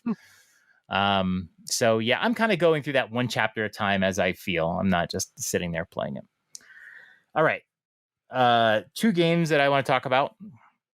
I have finally come back to and replayed Horizon Zero Dawn. I think it was about a year ago. I borrowed Cedric's PS4. He went on a 2-week trip. I don't know what episode this was, but I borrowed his PS4. He went on a 2-week trip. And I wanted to play through Horizon Zero Dawn. So I really kind of rushed it. And I mainlined it. And my character was not powered up. And I started having trouble midway through the game. And I eventually quit. And then like a few hours later, I go grab the PS4 again. I was like, okay, let me get back to it. I eventually went into easy mode. And then I went to super easy mode, where basically like you just wreck the monsters just so you can see the story. Literally story mode. But yeah, just the way I rushed through it, and then it was like not challenging. It went from super challenging because I wasn't doing any side quests to completely easy. In the end I said, it was fine. I didn't see a big deal about the game or whatever. Then I played Forbidden West, and I love Forbidden West, so I always wanted to come back. And so I played through everything in this game. I did every side quest. I found everything. I did every tutorial that I could find. I got like a 96% trophy count on it. Loved it. And I was so much better against the monsters. This game truly is great. The combat mechanics for the Horizon Zero Dawn, the Horizon series, are fantastic. Shooting parts off monsters, using the right weapons, all that sort of thing. And I feel bad. I really kind of gave it a bad review the first time I played it, but I totally see it now. And then I actually played the DLC Frozen Wilds, which wasn't quite as good as the base game. It's just sort of a separate story. The whole thing is a side quest, so there's nothing necessary you have to do. It's about 7 hours, and just totally different characters and stuff like that. But you actually get different weapons, stronger weapons. So if you play through it, you can actually have some pretty strong weapons to bring back to the main game. So yeah, it was good. I really enjoyed it. I didn't 100% the Frozen Wilds though. So definitely a game I'd recommend for people to play. Really, really great series. And the other game I went back to after 5 years is just Disgaea 5 Complete. This is a game that I bought in 2017. I think it came out on Switch. It was a little bit of an older game at that time. And think the Disgaea series, think Fire Emblem, but much less serious than Fire Emblem. A little bit wacky and with a lot of like weird numbers and stuff like that. As an example, when I play this game, because I have the complete version, I can get some add-on content. And one of the add-on contents is to give me 1 million gold. And early on in the game, when you buy things are like 50 gold. And you start off with like 1 million. So basically, you can just buy whatever the heck you want, whatever items you want, everything, anything you want. So it kind of makes it a little bit easier to kind of always have the best equipment and that sort of thing. I've enjoyed it more. I've gotten further in it than I did when I first played through it. I think I played for like an hour and a half the first time and then stopped. I got farther in it. I got about 6 hours in. But overall, I find it just a little bit exhausting. Every battle is just a lot of cursor movement and taps and clicks all over, tapping a character to see their weaknesses. I don't know what it is. I just want to move I want all the characters on the level, and I just want to move them and attack. And I feel like there's just more going on in it. And the game really sort of pushes you to replaying levels over and over again. You go get a quest, you beat, like, say, level 4, and then you'll get a quest saying, go beat level 4, and then you beat it again, and then you might get something or whatever. I will say the battling is fine. The levels are fine. The character dialogue is funny. It gets a little repetitive, though. It's a lot of the same kind of dialogue. Every level begins with dialogue, ends with dialogue. I don't know. At just some point, it's like, I don't need this. Mm-hmm. And you replay a level, there might be different characters in it that you earn. So I won't say it's bad at all. I did enjoy my time with it, but I just don't. I'm exhausted by it. I'm just like ready to just move on to something else. So I think I've put it to bed. I could totally see myself playing this game for months, doing this quest and just grind the shit out of it. I can totally see that. I'm just not going to do that. I'm just not. Mario Rabbids is coming out. I'm just not going to. So I have a better appreciation of Disgaea now. But yeah, just a little too much for me. So but that's it. I am starting up. If you look at my profile, I am playing a spooky game, and we'll talk more about it next week. But I want to play through it. But yeah, I will add, my daughter is going strong with Disney Dreamlight. I keep seeing her playing on your account. I think she's over 30 hours. I've never seen her pick up a video game and enjoy it so much. So that's great. I keep seeing it. And I know she's playing it, not you, but it's like, oh wow. Yeah. Like I said, I told you that story. I tried putting it on her account, but then she couldn't play online and all that other shit. Right. Yeah. But yeah. She's going strong. My son, I think, just now restarted and playing the Incredibles Lego in his third time. Oh my goodness, man! Deletes he 100%s it, deletes the save file, and starts again. Wow. My son did that. Like, he would play the Captain Toad levels over and over and over again. Okay. I don't know what that is about with kids. I don't know. Like, they love something, so they just want to keep doing it. That's just so weird to me. That's very weird. Agreed. And now, one last thing. And that last thing is a little game that Drew and I are going to play. We are going to go through all of the major Nintendo consoles, home consoles and portable. Not all of them, the major ones. There's no Virtual Boy on this list, okay? We're not going to pretend that we have one. And we're going to go through our favorite one game on each console. Our definitive one game. We got to do one game. We can't be naming like 10, right? What do you got, a list of 10 over there? Well, got it. Look, you can name like some runners up, but I want your favorite game. Okay. And then you can give me an honorable mention if you want to. So I will say, I tried to go out of the box here, right? Because I didn't want everything to just be Mario or Zelda. So I tried to go with my favorite, like, nostalgia hidden gem. Like, it might not be literally the best or favorite game on the NES, but it's a game that I played a lot of that, like, I would still go play again today. Like, one of my favorites, just kind of off the beaten path favorite. Right. Okay. I'm the same way. Okay, good. I always like offbeat games. There are a couple times where I have some mainstream games when there's nothing else. Yeah. But, all right, so let's start. We're gonna do this in chronological order. Let's start with the NES. Mm-hmm. Man, I grew up with that NES. I love that NES. My favorite game on the NES, without a doubt, Mike Tyson's Punch-Out. The thing about Mike Tyson's Punch-Out I love is that it's not like a sports game. It's a strategic game. It's a game about reading a character. And this is really the first time, I think, in gaming where I was really like reading an enemy and then trying to counter. The whole game is, counters. I remember when my cousin brought it over the first time and we were trying to beat Glass Joe just by throwing punches, and then we'd get weak and we'd get punched and it was over. It's really a game about reading the enemy, dodging, that sort of thing. And I love all the characters. I love how unique they all are. Everything, the challenge, fighting Mike Tyson was one of the great like achievements you can do when you're a kid. Like, I beat Mike Tyson. You go on the playground, I beat Mike Tyson. Just my absolute favorite NES game. I can still enjoy it today. Still to this day, I can still sit down and play it. Love it. Agreed. I mean, like you said, we could name 100 games that we would do. I mean, for me, Punch-Out is probably one of my favorite games of all time. I think we all know that. Right. So that'd be right there. So I'm going way off the beaten path. Ooh. Let's see if you know this one. Big Nose Caveman. Oh, I have it.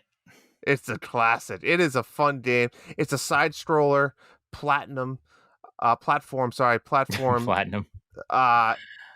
There's nothing special. There's this little, once you beat a level, you have like the little stone cave too. You just like pick your path, and it will then like give you a certain upgrade. You can, throw rots when you upgrade your hammer or your little, I don't know, what do you call it? A caveman club? Yeah, like a club. Yeah, it's you're fighting dinosaurs and stuff. It's nothing crazy. It's nothing crazy at all. But it's just it's a good little platformer. Did you have does it have a regular cartridge, or does it have the little mini cartridge you put into the adapter? I don't think it has a mini one, but there is something unique about it. I don't want to say it was gold. It might have been gold. Oh, okay, yeah, I think you're right. Yes, because I bet it was gold. So something that was company unique about it. Yeah, so that company they made the Aladdin device, and then you put these little cartridges into it, and that's how they got around doing the there's a whole story behind it, but that's how they got around the Nintendo licensing. But then they did have regular cartridges too that did it. So there's a whole story behind that. I don't know it off the top of my head, but I have the little mini Aladdin thing, and then I have all of the little cartridges that they ever put out. But I haven't played Big Nose. So now you have me tempted. I've never played it, so give it a go. It's hard. I might give it a go. It's hard. Yeah, I've been wanting to play my NES more. I might give it a go and see what I think about that one. It's fun. It's difficult. Makes you want to keep playing like that one more type feel. Okay. Awesome. All right. Next one on the list is the Game Boy. We're talking original Game Boy here. If you want to go Game Boy Color, you can. But I mean, I didn't want to get into every little subsystem of it. So we'll say Game Boy or Game Boy Color. What's your favorite Game Boy? There's only one answer, and it's Link's Awakening. Wow. That's it. It's the only answer. I never played that as a kid. I played the shit out of it. That was my definitely most played game on the Game Boy. Yeah. I never played it until the Link's Awakening remaster came out. So good. I want to go back to it. I have the Analog Pocket pre-ordered. I don't know when it's going to come. It's supposed to be 2023. Ooh. I'm going to play so many Game Boy games when that thing comes. So many games. For shits and giggles, I'll throw in. I played a lot of Q*bert on the Game Boy. Right. Classic. I'll leave it at that, though. I don't know if I've ever played it on Game Boy. My favorite game, and look, I've played a bunch of games. I was never a huge Game Boy player because I just didn't have a lot of cartridges at the time I was a kid. I didn't have them. I bought Nintendo cartridges. So I got to go a little boring with this one, but it's only because it was just so good. It's just Tetris. That got me into Tetris. I loved playing multiplayer with Tetris. Everybody had Tetris, which is what made it such a great multiplayer game. You didn't have to be like, oh, do you have a copy of this? Let's play. I loved it. I know it's boring, but it's such a great version of Tetris. The music, the graphics of it are just so perfect. There was just no other game that I can really name on Game Boy that I just absolutely love. Super Mario Land I've played a bunch of times, but it's not a great game. And I haven't played Super Mario Land 2.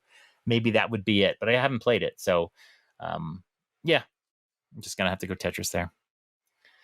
All right, next system. SNES. I will go first. There's so many games in the system. It was really hard to pick. A lot of these systems have a lot. But I had to go back with when I was a kid, and I had to go with SimCity. The thing I loved about SimCity was there just wasn't enough information out to really know what was happening. And SimCity was this like sandbox game, and you always stumbled onto something new. And I thought that was great. It has aged. I will admit it has aged, and it's probably not the game that I would demand to play today. Obviously, if you had friends over, no. But I just loved building a town, and then eventually just destroying it all, doing it again. I'm going to Evan it, you know what I mean? And I really enjoyed SimCity. I still have it hooked up into my Super Nintendo downstairs in the basement with the SimCity manual next to it.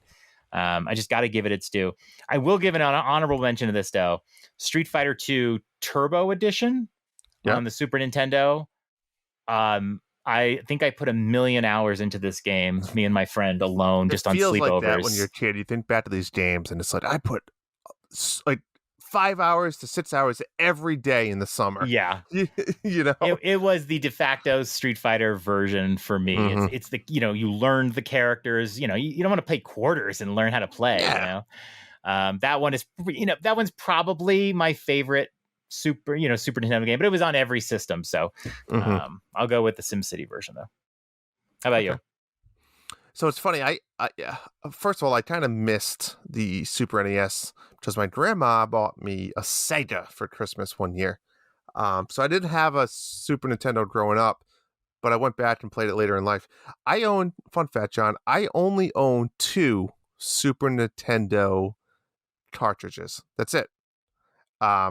One of them is SimCity. Nice. And the other one is Earthbound. But those are the only right. 2. I know you know that. Okay, I got it. Those are the only 2 I own.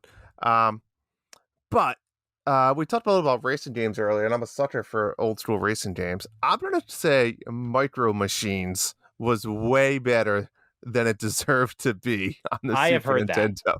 I haven't played it, but I've heard that. It was just so much fun.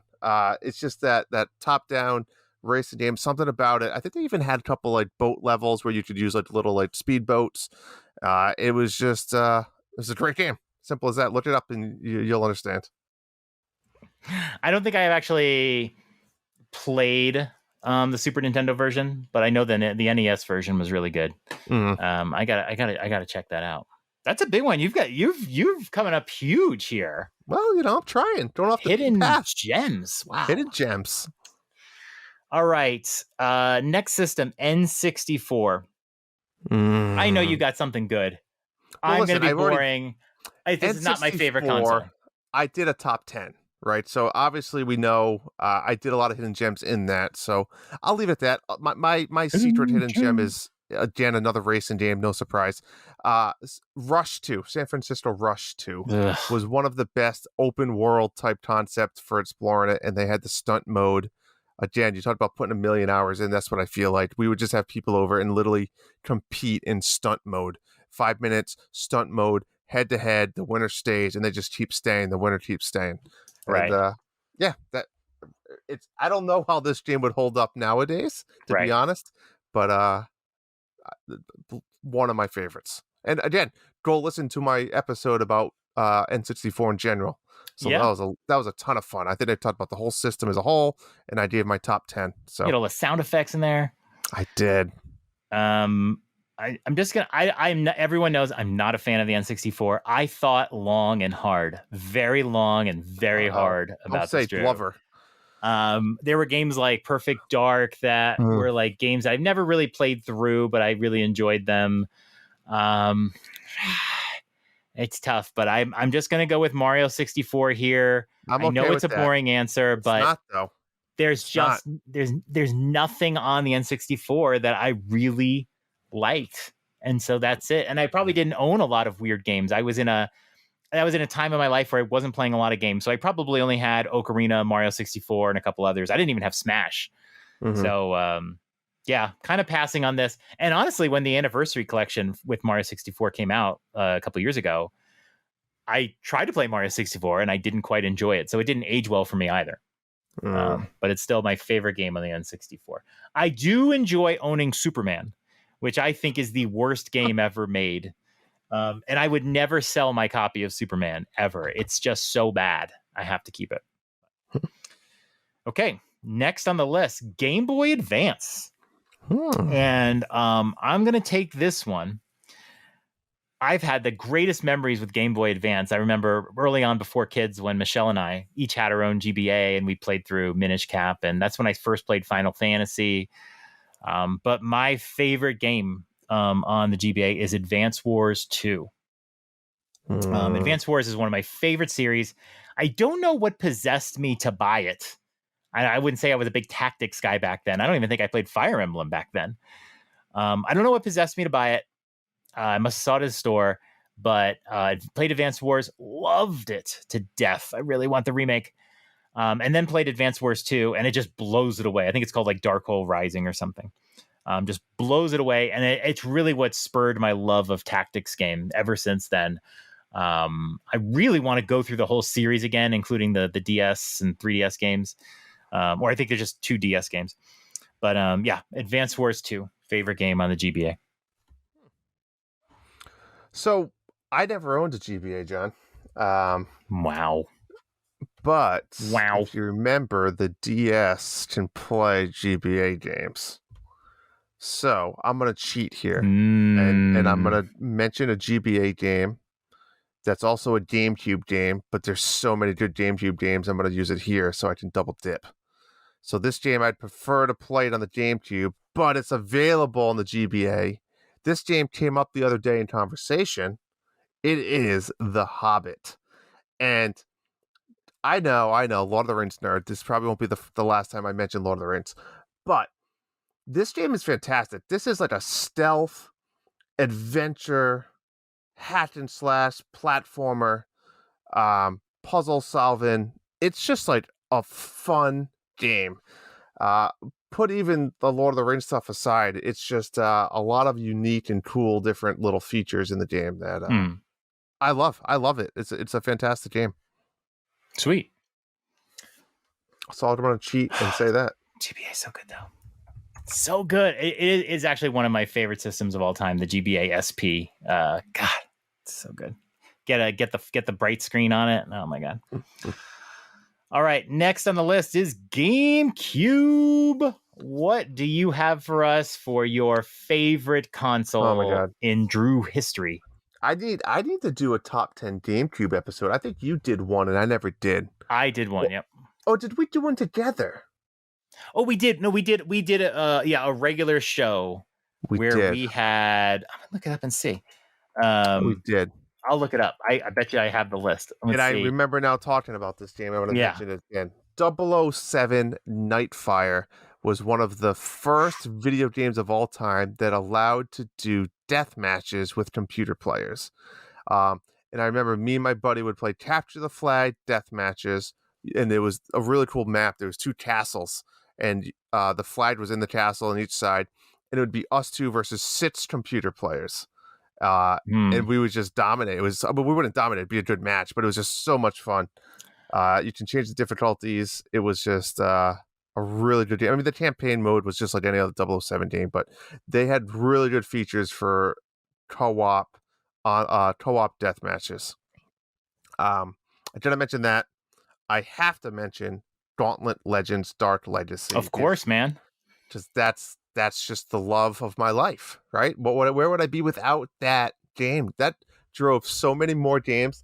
Like you just mentioned with Tactics and Advance Wars, this game drove games for me to be, games like Diablo, games like Guild Wars, games like that. This drove me that way. And the last one I'll mention, Lord of the Rings Third Age, which was 2 discs, 2 GameCube discs. Halfway through the game, you had to switch, John. This was a adventure RPG turn-based battle system game. And it was really, really good. You don't play as the Lord of the Rings characters. You play as, it's a different time period. It's the universe. It's the universe, and it's really, really good game. The loader. Did they just say? How do you say Lord of the Rings? You say Lord of the Rings. You say LOTR? Do you say loader? Is there like you say rings? People do say loader. I say loader. Lord of the Rings. Yeah, I've never heard like KOTOR or something like a LOTOR. GameCube is a weird system for me. I love the GameCube. I feel like it aged better than the Wii because it was a traditional console and it's colorful and I like the controllers and it's unique. I don't like playing the Wii today. I don't like using the Wiimote to play standard games. I don't like the nunchuck. I don't like the regular controller. The sensor bar. It's just there's a lot of sensor bar. And if you want to use the regular controller, you have to hook it up to a Wiimote that just dangles there. It's a weird system. Batteries and they just didn't age, but the GameCube did. I don't have a really good working GameCube. And I run into the problem where some of the discs don't work and I've had games just die on me. So I don't play it, but I love the games that I own. I just sold 85 of them to a game shop. But I kept about 30 core GameCube games that I just never want to give up. And these are probably really valuable too, but I was very close to saying that my favorite game would be something like Animal Crossing. The Animal Crossing on GameCube was the game that got me into Animal Crossing. It was obviously the first one. And my wife and we played it a ton. And if you remember, you had one island and, somebody would play and then you'd turn the game off and then the other person could play their character. You really had to share the console. But in the end, I had to go with the one that I have already said is my favorite GameCube game. I still have not beaten it, Eternal Darkness. I loved the nuance of this one, all the weird meta things that happen to you in this game that feel like it's apart from the game. And the game has some good story. It's one of the first games that had kind of this dark adventure type story, right? Because before then, a lot of games, didn't always have the most stories. And this one was like, wow, really cool. I really loved it. And it wasn't like Nintendo. But I love this game. I still haven't beaten it. I know I got to the end and ran into some trouble and then never got past it. I really do want to play through this game someday. I need a better working GameCube that I can rely on. But I just really love the way they have the insanity meter. I just think that's so great. And I wish they would remake it. It's definitely aged. It doesn't look great. But it was just so creepy. It's one of the first horror games that I played. I just love it to death. And I really wish you could play it. I'd send you my copy, but man, it's expensive. I don't know if I can do it. I don't know if I can trust you. I don't know if I can trust Goomba. Goomba would find it and bite it. I mean, the game is like $150 or something now. It's crazy. I wouldn't trust me. All right. After the GameCube comes the Nintendo DS. Ooh. It's kind of weird to see these chronologically. The DS came after the GameCube. Wow. Who's going first on this one? I think it's me. I don't have anything on this. I'm not a Nintendo handheld guy. I loved the DS. I questioned the DS when it was coming out, but in the end, I love the DS. And there's a bunch of really good games on the DS. And I still own a regular DS because if you try to play a DS game on a 3DS, it doesn't fill the screen. So if you really want that full experience, you want to get a smaller DS. It's psychological. This one was easy. This is one of the easiest ones. And it's one of my favorite series of all time. And I don't know what in the world possessed me to try the first game in this series on the DS. But I remember being like, I have to get that game. And it is Carnival Games. Phoenix Wright Ace Attorney. Oh, those games. For some reason, I was dead set on getting this game. I don't know if I saw an ad or what, but I was like, I really want this game. And it is still one of the best games I've ever played. And I love the series. I just never have a bad time playing an Ace Attorney game. And then when Phoenix Wright wasn't in the games anymore, I was like, and then I still enjoyed it. It's so much fun. Great writing. And those court cases are so intense. You don't know intensity in a video game until you're getting to the end of a court case and revelations are coming here and here and here, and you're going after witnesses.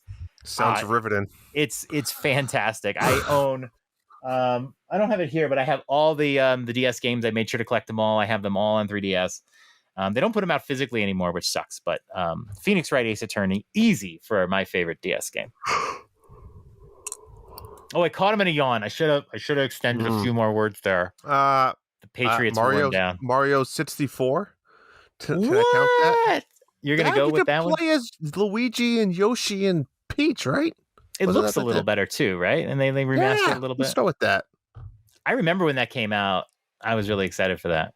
I played a lot of that on that. There weren't a lot of DS games early on. It was so crazy because that was like the first time you could play a big Mario game like that on the go. Yeah. Yep. You know? It was like, wow. Yeah, because the DS was just a few generations away, but I mean, Mario 64 was not as far away when that came out. Correct. All right. Next up, the Nintendo Wii. Oh. Well, let me make my Lord of the Rings reference now. There was a fun little game there, hack and slash, called Aragon's Quest. Oh boy! They made the characters. You should look it up. The characters are like very cartoony and kind of like stubby. I guess would be the word. Fun little game. The next one that I'm going to catch you off guard with. My Sims Kingdom, John. Oh, I forgot about that one. I don't know why this game is so good. And don't try to play it on the DS or 3DS. It's a totally different game. But on Wii, this was, think of Animal Crossing mixed with little kid Sims in like a medieval times theme. And I don't know why, it just worked. The farming methods were really good. The building methods were ahead of its time. And the questing was on point. It made it fun. It was just a good game. It was really good pacing with unlocking new areas to do new stuff. It was fun. Awesome. Those two games, and I'm just going to say, because it's obviously a given, Punch Out on the Wii. Fantastic. I'm glad you mentioned that one. Like, way better than it should have been. We were all nervous. Like, it was fantastic. Felt like the original Punch Out upgraded a million times, and all like the hidden characters and Donkey Kong, and awesome. Yep. Yeah, I'm glad you mentioned that too. It was like a modern take too, because there was like challenges on every fight, so like it had a lot of replayability. I definitely would love to see the next one. How do we not have a Punch Out since the Wii? It is crazy. I don't think it's a big selling series, honestly. It's not going to sell 2 million. No, I mean, I'm not going to argue against it. I want to see it. The one thing is the series has a lot of the same fighters, because I remember I never played the Super Nintendo version. I didn't have a Super Nintendo when that came out. Yeah, that version I'm not a big fan of. There's so many like of the same fighters from the first one, second one, third one. If they do another one, I don't want to see, maybe a couple guys can come back, but I don't want to see all the same people. I want to see I agree with you. A lot of difference. But I mean, they obviously love the character of Little Matt. I mean, they put him in all the Smash games. Like, he's still part of their, like you said, character development, which has been great. But anyways, what do you got? I think we can do it. All right, Nintendo Wii, my favorite game, WarioWare Smooth Moves. Wow. I thought you were going with Wario. Wario. What was the one with the platformer with Wario? There was a platform. I have it, but I never played it. Shake it up or something. Anyways, sorry. Yeah. Smooth Moves. Go ahead. That was a good one. I'm trying to give my game here, man. I'm sorry. I interrupted.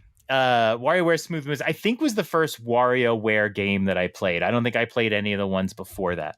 I've gone back and gotten some of the older ones, but this one is still my favorite. I love the way they take the concept of the Wiimote and they treat it like with reverence. Yeah. And they teach you what do they call them? Like a position or a form. Yeah. And then they just throw all these mini games at you. And then of all the WarioWare games, it's the best party game because you have one Wiimote and you pass it around.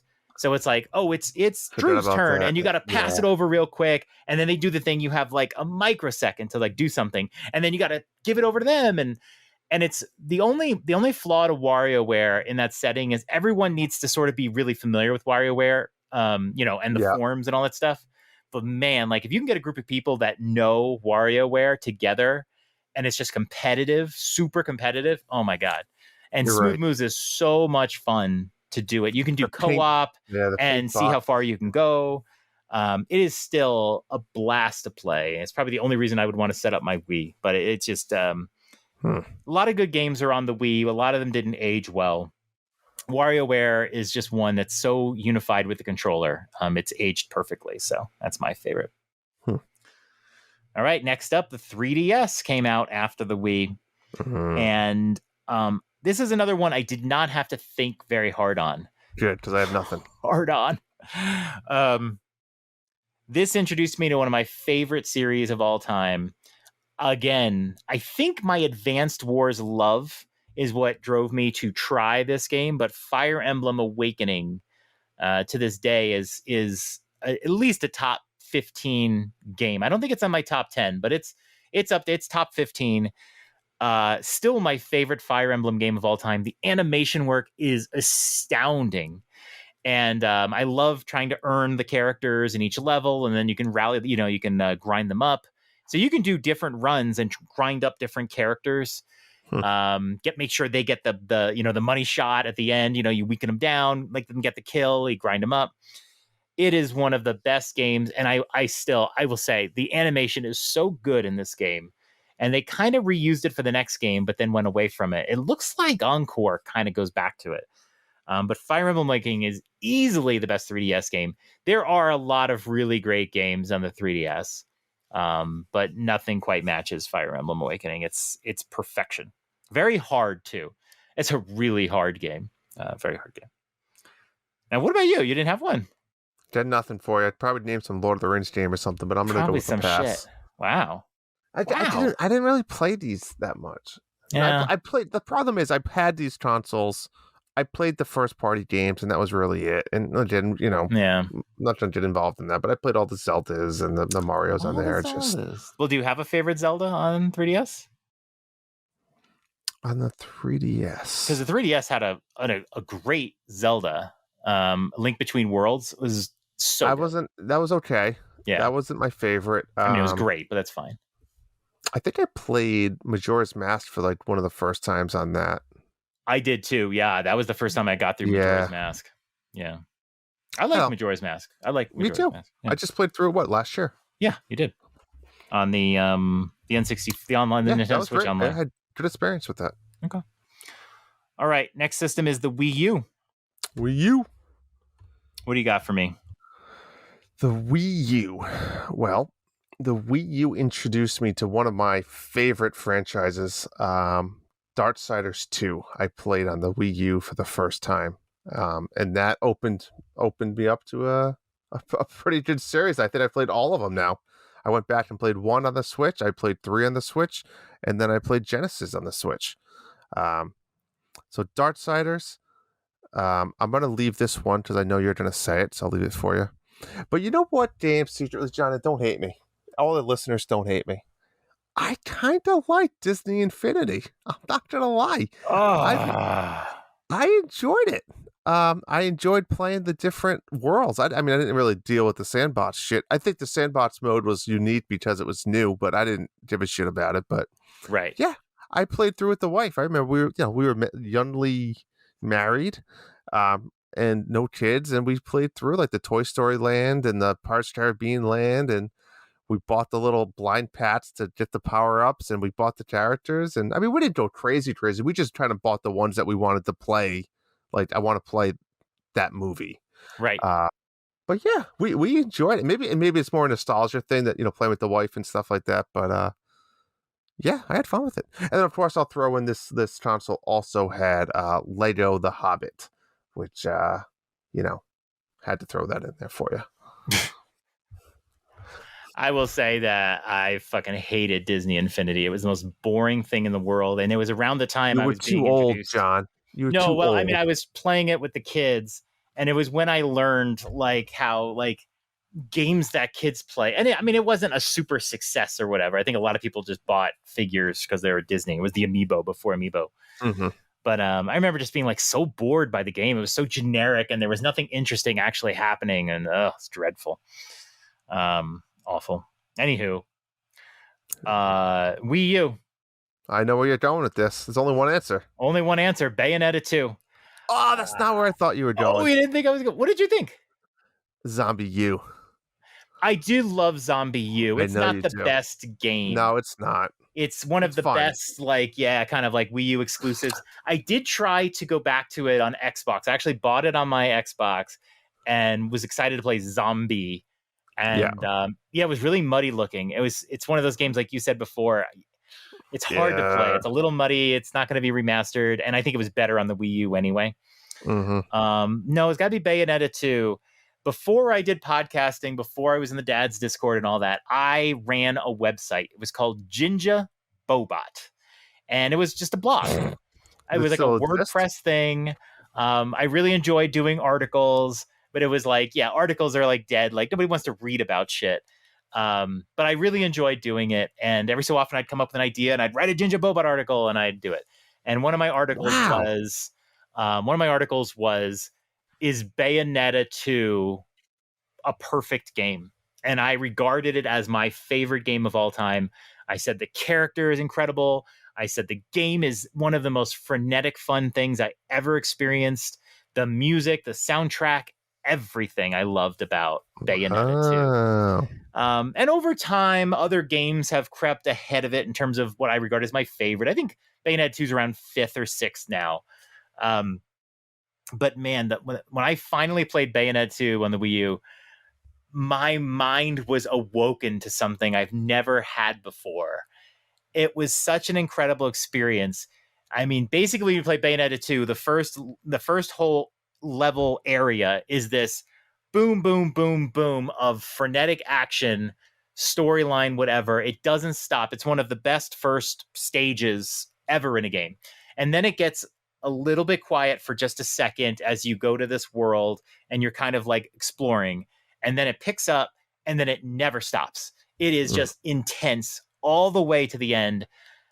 So much fun. I can't say enough about it. And that's what makes me love Bayonetta so much. I'm so excited for Bayonetta 3. Bayonetta 2 is one of the most perfect video games I've ever played in my life. And it really takes, if you played Bayonetta 1, I always tell people, play 2. I mean, like, Bayonetta 1 has a good story and everything, but Bayonetta 2 improves it in every aspect. It makes Bayonetta 1 hard to play through. But just, it's so good. So brutally good. So yeah, it's definitely my favorite Wii U game. And now we move on to the Nintendo Switch. So far. I don't know if anything could become our favorite game on the Switch. Maybe Breath of the Wild 2, Tears of the Kingdom, whatever. But what is your favorite Switch game so far? Let me go first. Okay. I have a feeling you have something interesting here. Not crazy interesting. It doesn't rhyme with Mark Lighters, does it? I don't. No. Okay. No. Mine's you won't boring. be shocked. You won't be shocked.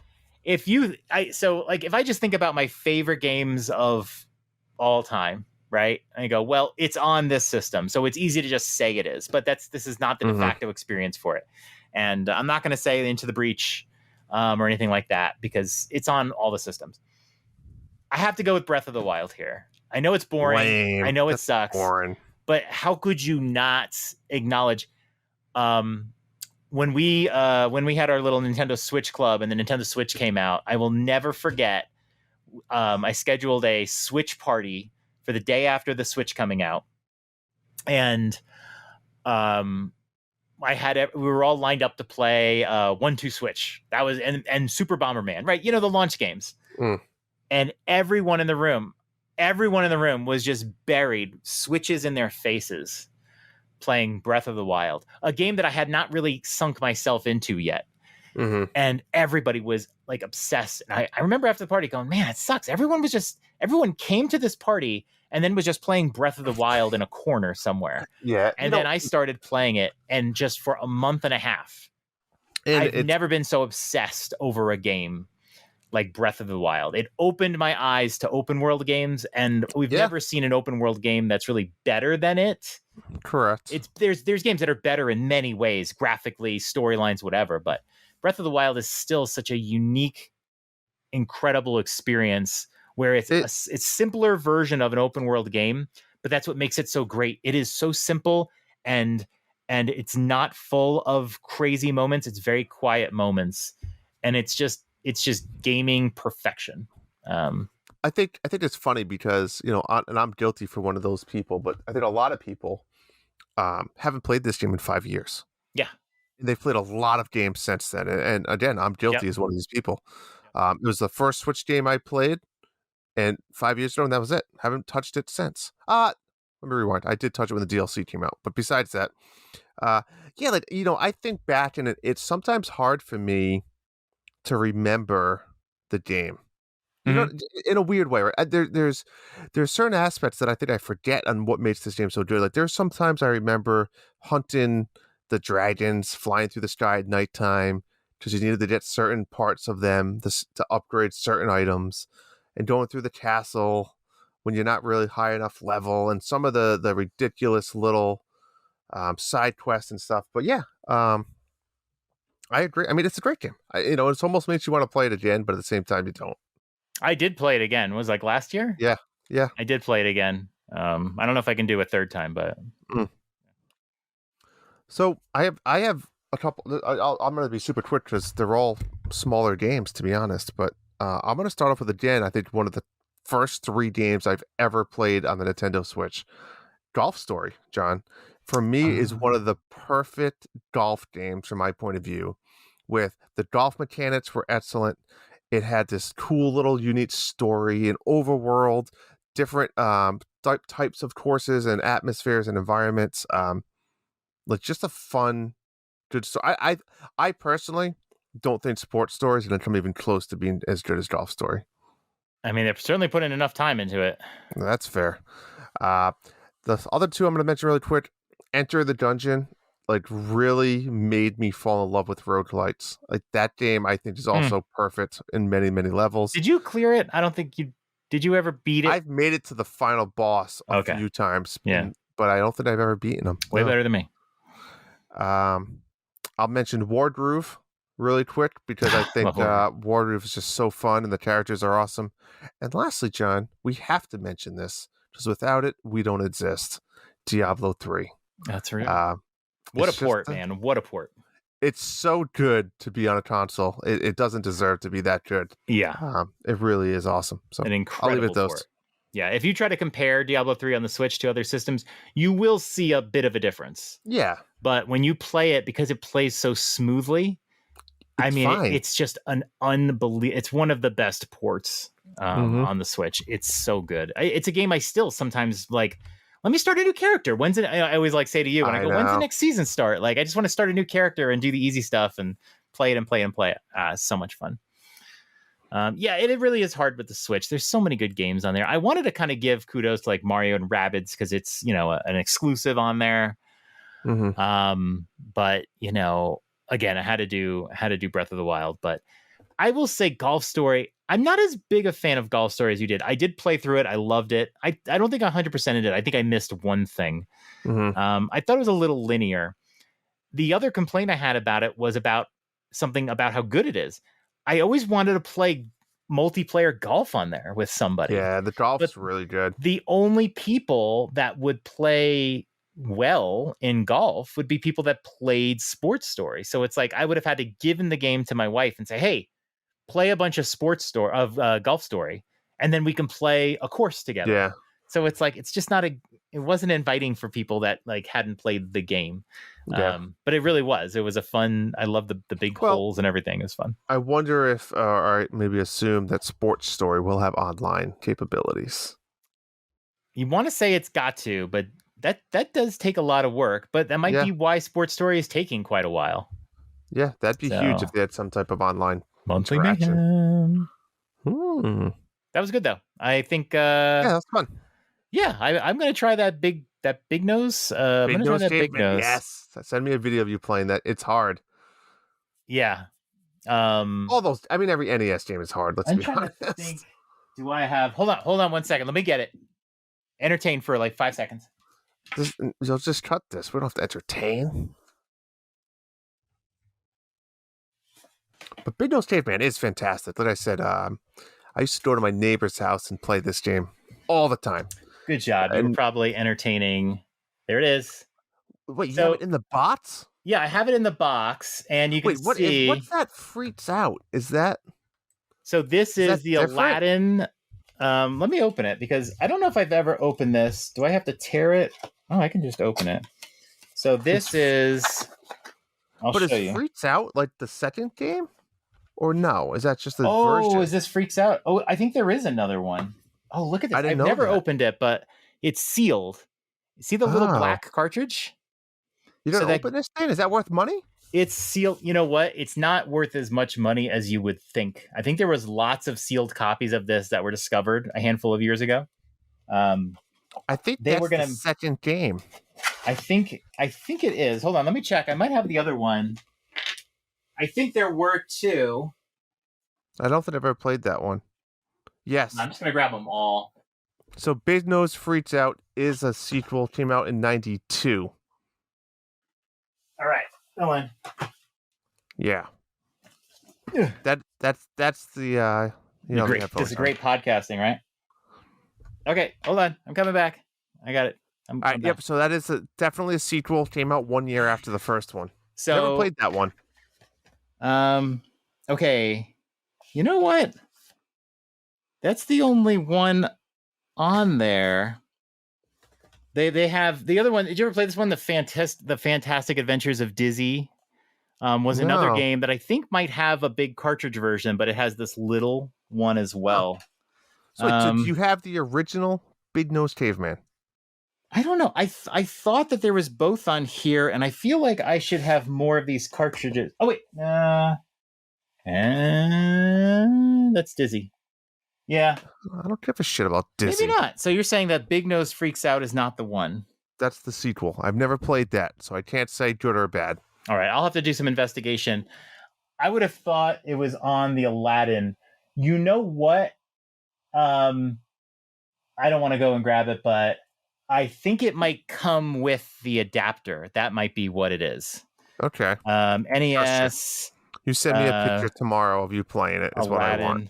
Yeah, I think it actually came with the first one. Let me find a picture here. And or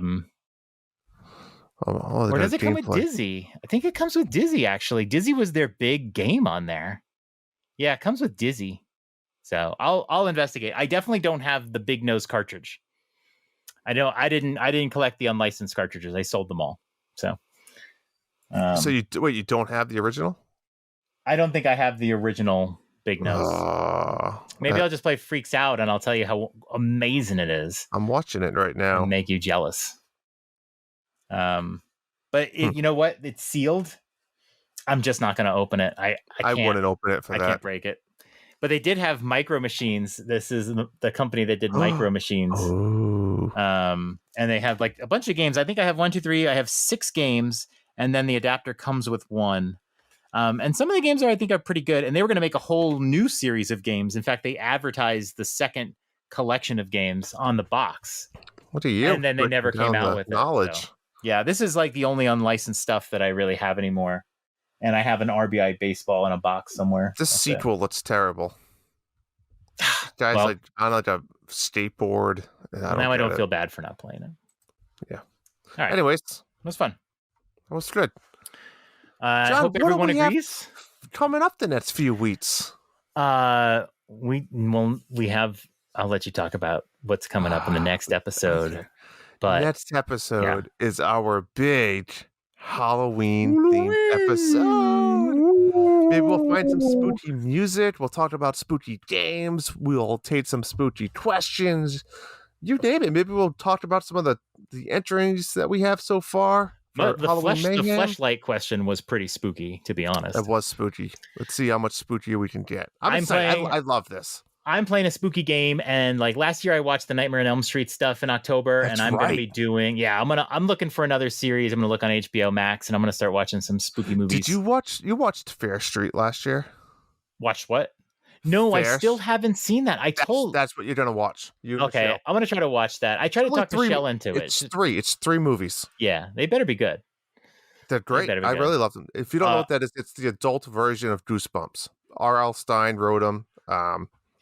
Fair Street is a series. It's the adult version of Goosebumps. There was another movie I saw that didn't have the Goosebumps. Wasn't it the Goosebumps movie? Yeah. There is one with Jet Black. There's one. Yes, I saw that one. That was actually pretty good. Yeah, it wasn't bad. I liked it. I actually enjoyed it, and the kids and my wife and Michelle were just like, it was okay. And I was like, that's fine. I want to see the sequel. Yeah. All right. what do we got coming out in the next couple weeks? Big 2 weeks. We got the Xenoblade Chronicles 3 Expansion Pass DLC Volume 2. That is coming out October 13th.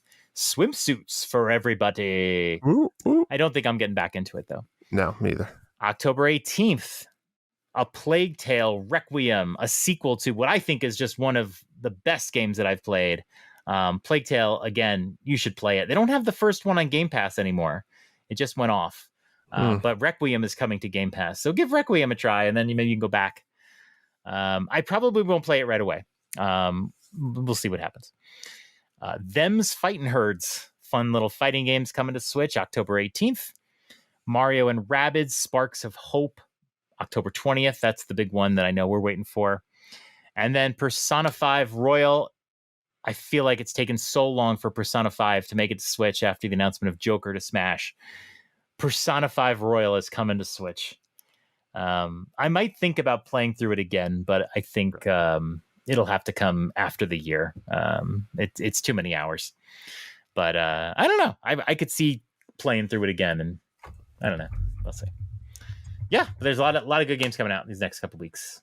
What do you like? Do you any of these? You like Mario & Rabbids? Yeah, Mario & Rabbids, absolutely. Yeah. Okay. All right. You're not going to do the expansion stuff for Xenoblade? No, I can't. I just can't do it. I think so too, but who knows? Maybe tomorrow I'll just put it in and we'll see how it feels. Yeah, who knows? That's a good one. All right, Drewski, good episode. I'm happy for your Patriots. Yes, me too. At least that turned out well for you. Mets got shut out 6-0 at home. One hitter. It is the first time a team has been one hit in a elimination game in baseball postseason history. So Lovely. Can't say it ended well for us at all. That's true. But yeah, me and my nephew are going to see both of our teams eliminated right away at home. It's embarrassing, but you know what? Great season. Sports is there to entertain. I won't get my full allotment of Met games this year. Had a great season. I watched almost every game religiously. Had a lot of fun. So just have to wait till next year. It's too bad I don't have the Broncos to enjoy. Kind of a disaster season for them too. Oh well, I don't need sports. More time for video games. That's it. All right. Is that Alrighty, John. That's all we got. Good night, all you dads. Goodbye. The Dads After Dark show is part of the Nintendo Dads family of podcasts. You can subscribe to us anywhere podcasts are available, including iTunes, Castbox, Spotify, and Stitcher. Also, don't forget to leave us a 5-star review. Pretty please. Be sure to join us on the Nintendo Dads Discord in our Dads After Dark channels for some naughty After Dark talk. Follow us on Twitter at @NDadsAfterDark or email us at dadsafterdarkshow@gmail.com. And a big thank you to Family Jewels for our show's music. You rock. That's all for tonight. Good night, Dads. Sweet dreams.